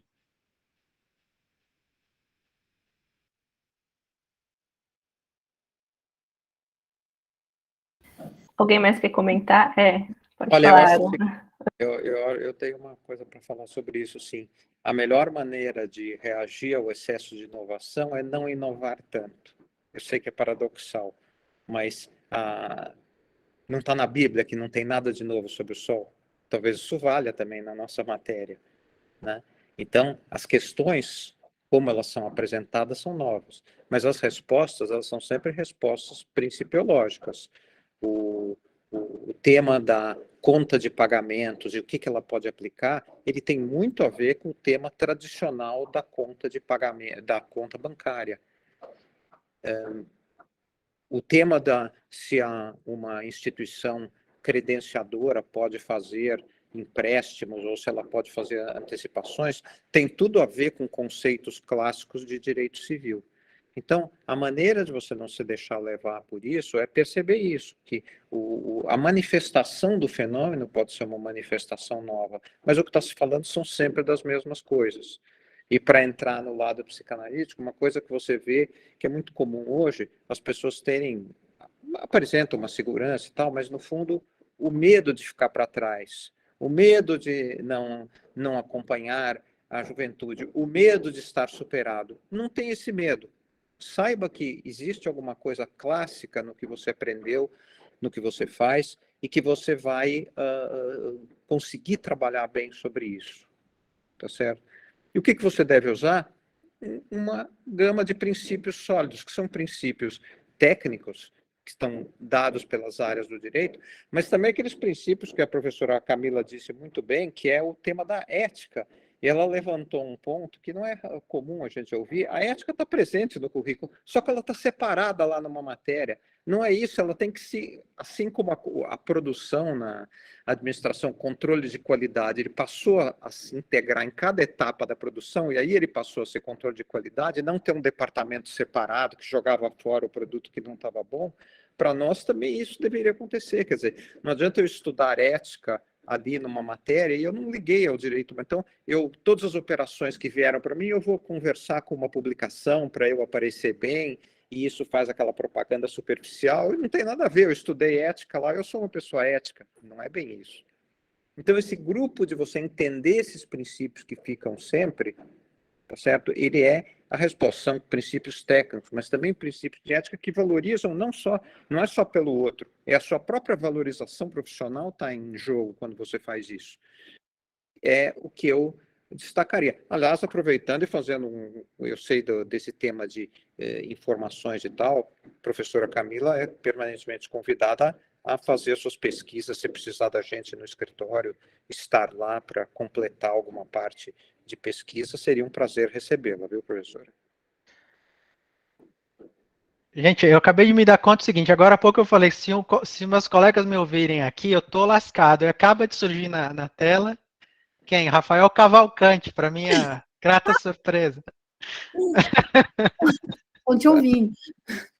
Posso fazer um comentário em relação a essa questão também, respondendo, tentando também dialogar com o que o Eduardo e o Jeff disseram, né? O primeiro ponto que eu diria é: mudanças e incertezas são inerentes a qualquer profissão, a qualquer área de especialização, então eu diria abrace, embrace, isso faz parte, e o ideal, e aqui falando como uma pessoa da carreira acadêmica, é que você tenha sido preparada para lidar com isso, que você tenha as ferramentas que foram passadas na universidade para lidar, mais do que conteúdo, ferramentas. Tem um livro que eu estou lendo agora que não tem nada a ver com direito, que chama Wonder, Infância e Amor ao longo da vida pela ciência, que não tem nada a ver com direito, mas que, na verdade, é de um psicólogo da Universidade de Yale, que tenta explicar por que as crianças, o cérebro das crianças são tão imaginativos, tão criativos, por que elas se colocam tantas questões de porquês e comos, e por que nós perdemos isso no decorrer da nossa vida, né? Sendo enquadrado por diferentes instituições educacionais que vão cortando a nossa criatividade, a nossa capacidade de trazer respostas mais complexas para problemas cada vez mais complexos, né? E é um pouco contando, como o Jeff falou de terapia, contando como a gente manter esse encantamento no decorrer da vida adulta, que ele não seja podado por algumas instituições, inclusive educacionais, né? Então, eu acho que a carreira acadêmica é um pouco essa criança que vive em mim com esse encantamento constante. Apesar de Weber, em Ciência como Vocação, falar que a ciência é o desencantamento do mundo, porque é um processo de racionalização dos eventos, acabou o misticismo, as explicações sobrenaturais. Para mim, a ciência, o porquê e o como é o encantamento do mundo, assim, é descobrir coisas, relações de causa e efeito, de correlação, que eram inexplicáveis antes de ter me debruçado nesse objeto de estudo. Então, o que eu queria, a primeira resposta para a sua pergunta é: isso faz parte, mudanças, incertezas, isso faz parte de qualquer carreira, e principalmente da carreira do pesquisador. É um objeto móvel, o pesquisador em ciências sociais, de uma forma ampla, é um objeto que se desenvolve, as instituições inovam, e você precisa compreender os mecanismos por trás dessas inovações, e até para tentar, além de construir diagnóstico, prognóstico. Para onde está indo? Para onde é que vai? Como eu posso antecipar os eventos em decorrência desses mecanismos, né, que estão ocorrendo em decorrência desses mecanismos. Então, o que eu diria é embrace, isso faz parte. Segundo, como se manter atualizado em relação a isso? Acho que o Jeff deu newsletters, e aqui é interessante você identificar as instituições de qualidade que você possa ter confiança na informação. Em tempos de fake news, é sempre bom separar o joio do trigo. Mas uma das coisas mais importantes é você integrar redes. E aqui na carreira acadêmica, eu faço parte de tantas redes, de reguladores, de atores privados, de outros acadêmicos, nacional, internacional, e por meio dessas redes, o contato é tão importante para entender os problemas que estão acontecendo de diferentes perspectivas, porque mais do que ter uma informação supostamente objetiva, ler um artigo com uma informação supostamente objetiva, é saber entender a percepção dos atores econômicos daquele evento. Isso é o que diferencia a compreensão de um evento, sei lá, ler um artigo sobre a guerra na Ucrânia e compreender a percepção dos atores envolvidos naquele evento. Acho que isso só a rede te dá. E é importante essa construção de rede em qualquer área profissional. Terceiro, como o Eduardo disse, né? E aqui que meus colegas de direito público não me escutem, mas direito civil é a base de tudo. Interdisciplinariedade é super importante? Mas como juristas, a gente tem que saber direito civil. E os institutos de direito civil respondem a diversos problemas complexos. Sei lá, e deram origem a outros novos institutos, né? O mandato no direito civil deu origem ao mandato público de um deputado, direito público. Então, voltar para o direito civil é muito importante. Essa talvez seja uma das disciplinas mais importantes da Faculdade de Direito, que meus colegas de Direito Constitucional não me ouçam. E quarto, acho que, mais uma vez, né, qualquer resposta que possa ser dada, ela tem que passar por uma reflexão ética e de responsabilidade social do profissional, né? Eu acho que, mais uma vez, isso é um tema transversal em qualquer área. A gente tem que discutir responsabilidade social e ambiental o mais rápido possível nas profissões jurídicas, inclusive na carreira acadêmica. E aqui, esse debate é ética e responsabilidade social. Eu vejo a inovação dos currículos de escolas de administração e eu fico maravilhada de ver como isso está sendo revolucionado em diversos lugares do mundo e a Faculdade de Direito, a gente está atrás. Isso é uma pena. Complementando com o último ponto, além do que o pessoal falou que foi espetacular, até colocando no contexto de empresa, né, para ver os diferentes jeitos de analisar uma nova norma, de analisar essas mudanças constantes aí da regulamentação, o profissional, não vou dizer ruim, mas o profissional um pouco mais passivo, ele vê aquilo até com um ponto de vista negativo, né, de, poxa, vou ter que implementar uma nova coisa, poxa, vai ser mais trabalho. E o profissional positivo, né, que é o que, inclusive, obviamente, eu tento seguir, é justamente o profissional que vê a mudança regulatória como uma nova oportunidade. Então, poxa, surgiu uma nova funcionalidade no Pix, será que a gente implementa aqui? Surgiu uma fase nova no Open Banking, né, encaminhamento de proposta de crédito aqui, deixando um pouco mais palpável, algo que está acontecendo agora, as mudanças na regulamentação de câmbio, poxa, será que faz sentido para a minha instituição? Então, tá com esse radar ligado para os fins da empresa é fundamental e te traz muito na locomotiva mesmo do negócio, né, te tira daquela ideia de poxa, que saco, vou ter que falar com o compliance para, poxa, deixa o compliance ser proativo, trazer, às vezes, né, jurídico, policy, até pessoas de fora, trazer um escritório, enfim, para dialogar e trazer, para agregar o negócio. Então, essa mudança regulatória é o que, na verdade, é o que eu gosto, assim, eu amo quando tem alguma coisa nova, para justamente a gente trazer, né, incremento para o negócio, né, então, essa visão de empresa que eu só queria destacar aqui em complemento. Aí acho que eu passo a palavra para o Rafael, né? E depois a gente pode ir para as perguntas do chat. Bom dia a todos, eu sou colega do Jeff, lá na Procuradoria do Banco Central. Queria parabenizar a todos pelas exposições, realmente foram muito boas. Eu queria, na verdade, que o Jeff comentasse um pouco sobre o nosso programa de pós-graduação. O Banco Central ele tem um programa de pós-graduação muito bom, que é um dos grandes atrativos da carreira. Então, o Banco Central incentiva muito seus servidores a estudarem, fazerem mestrado. Eu fiz mestrado fora, fiz em Frankfurt, o Jeff também pegou essa licença para fazer em Harvard. E uma coisa mais prática, que é como o acesso à carreira é só por concurso público, realmente não dá para saber exatamente quando vai ter, mas eu acredito, pessoalmente, que no próximo ano, no final do próximo ano, talvez tenha. Né? O Banco Central está brigando por esse concurso, e até vou passar meu e-mail depois, se algum de vocês tiver interesse, né, em seguir a carreira de procurador do Banco Central, pode entrar em contato comigo, estou à disposição. tirar qualquer dúvida, enfim, preparação para o concurso.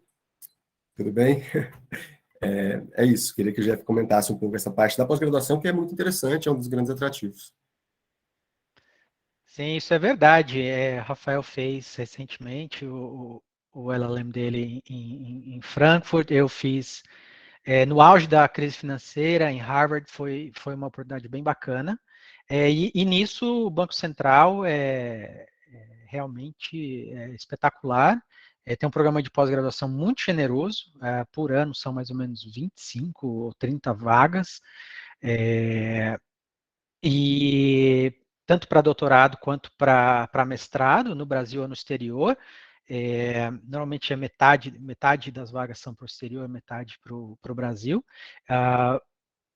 Basicamente você recebe, né, o seu subsídio pelo período de afastamento, e como contrapartida se compromete a permanecer na carreira, né, quando voltar, pelo mesmo período que tiver permanecido fora. Eu sei que há na iniciativa privada programas semelhantes, mas aí a carência é de 2:1 ou 3:1 até, você é obrigado a ficar 3 vezes o tempo em que ficou fora. A grande desvantagem hoje do programa, para quem quer ir para o exterior, é o câmbio, né? Quando eu fiz o meu mestrado, o dólar estava, eu lembro, quando eu paguei minha tuition, paguei à vista com um pouquinho de dinheiro que eu tinha juntado nos primeiros 3 anos de carreira, o dólar estava a 1,80. Então eu vivi um ano nos Estados Unidos com o mesmo padrão de vida que eu tinha no Brasil. Hoje já seria bastante diferente. No auge da pandemia, até curiosidade, antes de vir para cá, para o FSB, eu cogitei que seria o momento ideal para poder parar tudo e fazer o doutorado. Sempre fiquei aqui com o diabinho falando para mim que eu tinha que seguir carreira acadêmica, né? Mas as minhas decisões de carreira foram sempre para o outro lado. Eu falei, agora é a hora, né? Cheguei a quase terminar o projeto de pesquisa, quando eu fiz a conta. Falei assim, gente, se eu for morar nos Estados Unidos hoje, eu vou ter 1/5 do salário que eu tive quando eu morava nos Estados Unidos. Quer dizer, o padrão de vida vai ser bem diferente. Então, mas para o Brasil, em compensação, não, esse problema não se coloca, e o programa de pós do banco é um excelente atrativo.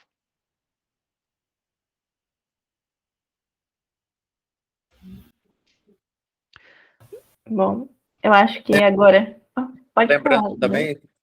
Lembrando também numa pílula sucinta que o Financial Stability Board do Jeff faz um trabalho muito importante que se transformou várias contribuições deles nas recentes resoluções 197 a 202 do Banco Central, que tratam do patrimônio de referência para as instituições de pagamento. São regras complexas, tratam de conglomerados e trazem com questões novas, mas que também a abordagem principiológica ajuda a refletir e a entender e resolver problemas como o que é uma securitização de menor risco, o que quantas vezes eu preciso contar os riscos de cada atividade para efeito de cômputo do capital, se eu conto uma vez como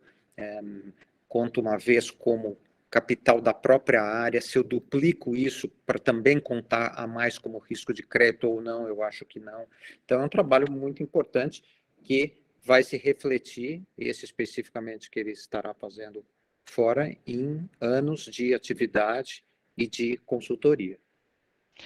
Inclusive, Eduardo, se eu puder só complementar rapidamente, tem outras perguntas. Gostaria de ouvir. Eu seria até um pouco mais enfático em relação a isso. Hoje em dia, toda a pauta regulatória do Banco Central segue o que é feito internacionalmente. Tá? Mesmo antes de o Brasil integrar o G20, já havia essa preocupação de se alinhar às recomendações internacionais. Nos últimos 10, 12 anos, o corpo de recomendações internacionais cresceu exponencialmente. Então, a participação hoje a agenda do Banco Central é voltada para esse trabalho de implementação, exceto nas áreas em que ainda não há um corpo de recomendações firmado. Por exemplo, é o caso de criptoativos. A gente está começando esse trabalho agora no FMI. A análise de riscos foi publicada há 4 semanas, mais ou menos, aí deu manchetes no mundo inteiro. A gente está começando esse trabalho, mesma coisa para stablecoins. Não, então o Banco Central se antecipa a essa discussão. E aqui, mas o interessante também, e aí eu apelo aos graduandos e recém-graduados que venham para o Banco Central e ajudem o Brasil a povoar esses organismos internacionais, porque a gente passou a ter assento à mesa, mas a gente não tem voz, tá? Essa é uma área em que foi tradicionalmente dominada pelos países ricos, né? É há pouco tempo que os emergentes têm assento à mesa, mas não foi suficiente para que isso se revertesse uma mudança de cultura, de participação ativa. Então, eu participo em vários grupos de trabalho, alguns dos quais têm membros do Brasil, mas eu nunca ouvi a voz de um participante brasileiro.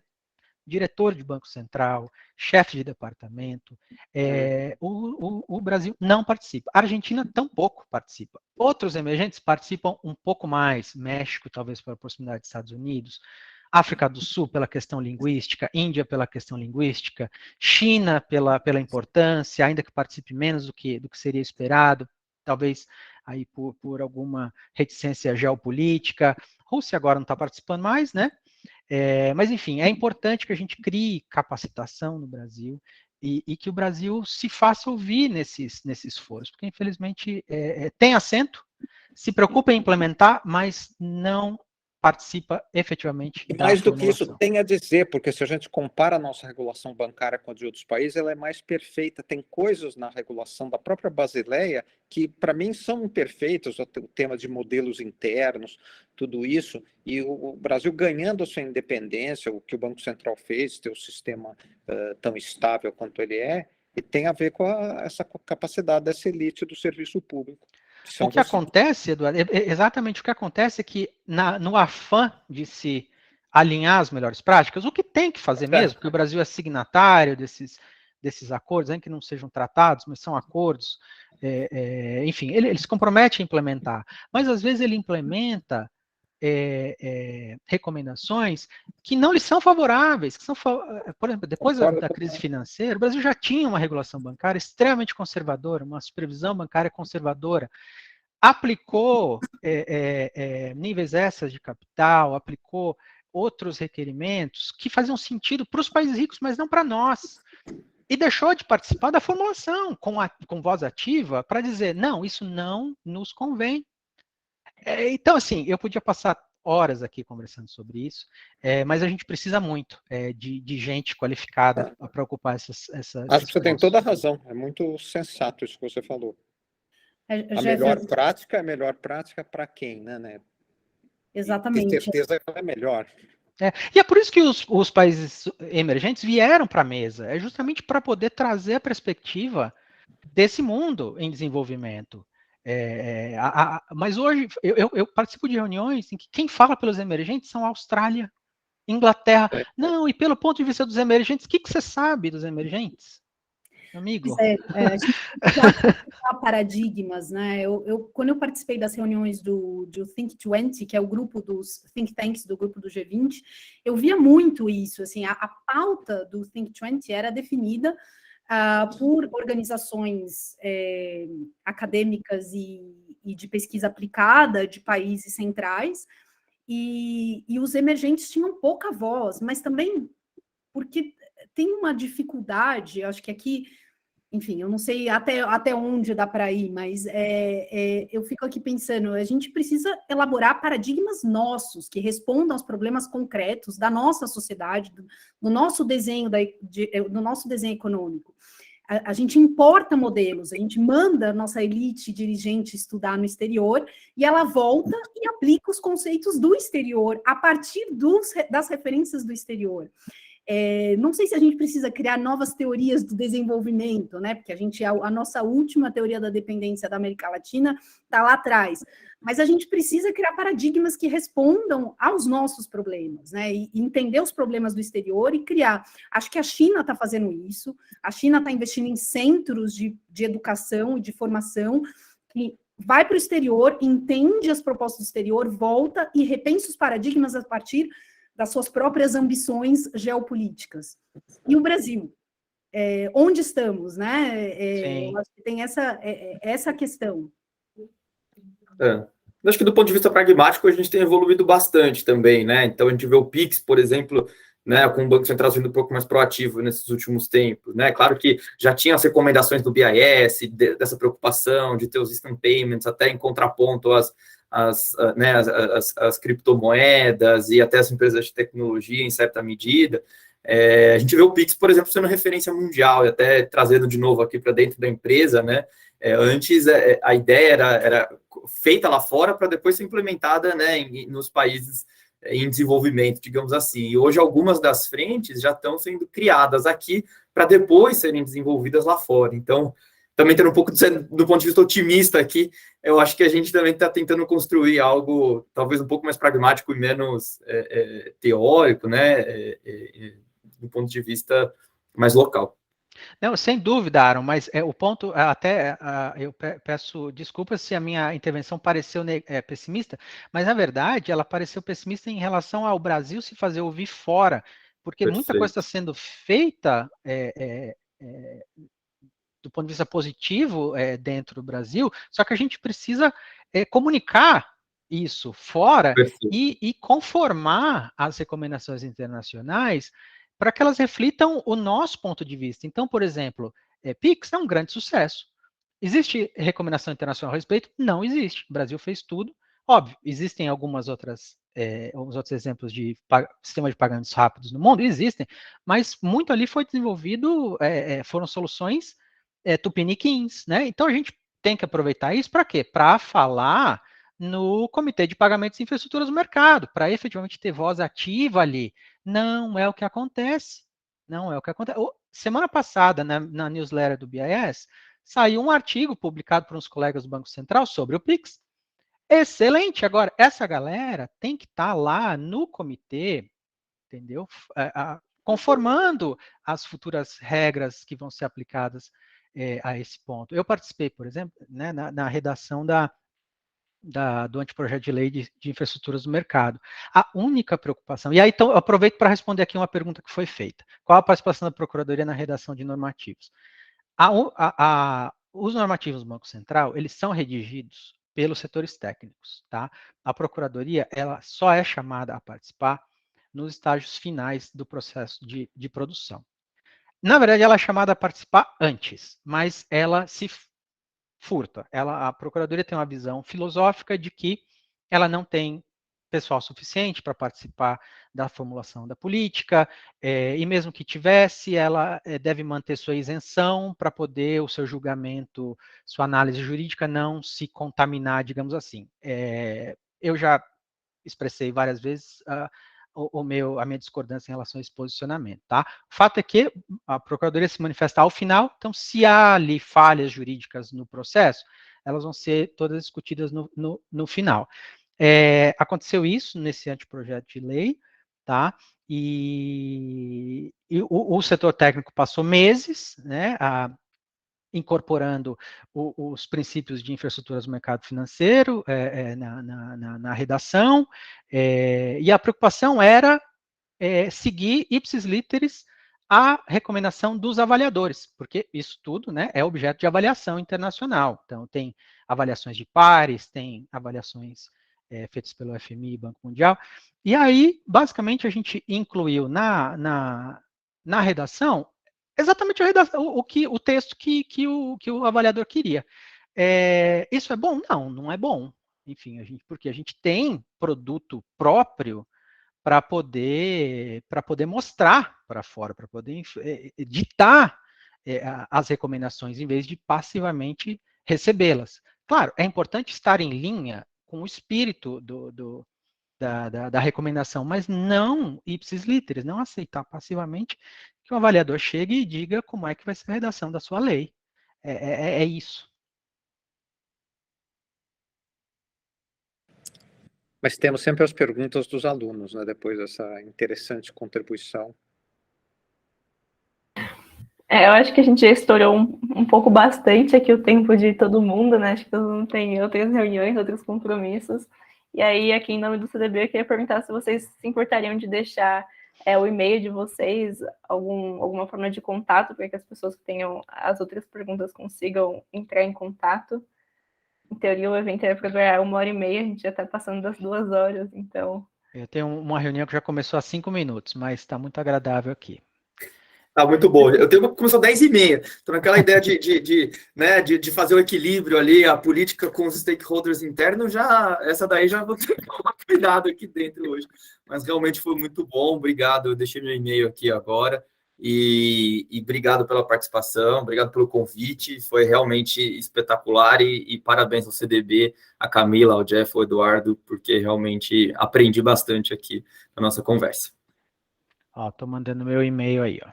Tá, joia, gente? Obrigado, viu, pelo convite, obrigado pelo contato. Vamos continuar aí offline a conversa. Muito obrigada, gente. Obrigada por aceitarem o convite. Obrigada aqui em nome do CDB. O evento foi muito bom. Obrigada pela participação também de cada um. Muitíssimo obrigada. A todos e a todas. Valeu, pessoal. Tchau, tchau. Um abraço, gente. Tchau, tchau. Tchau, tchau.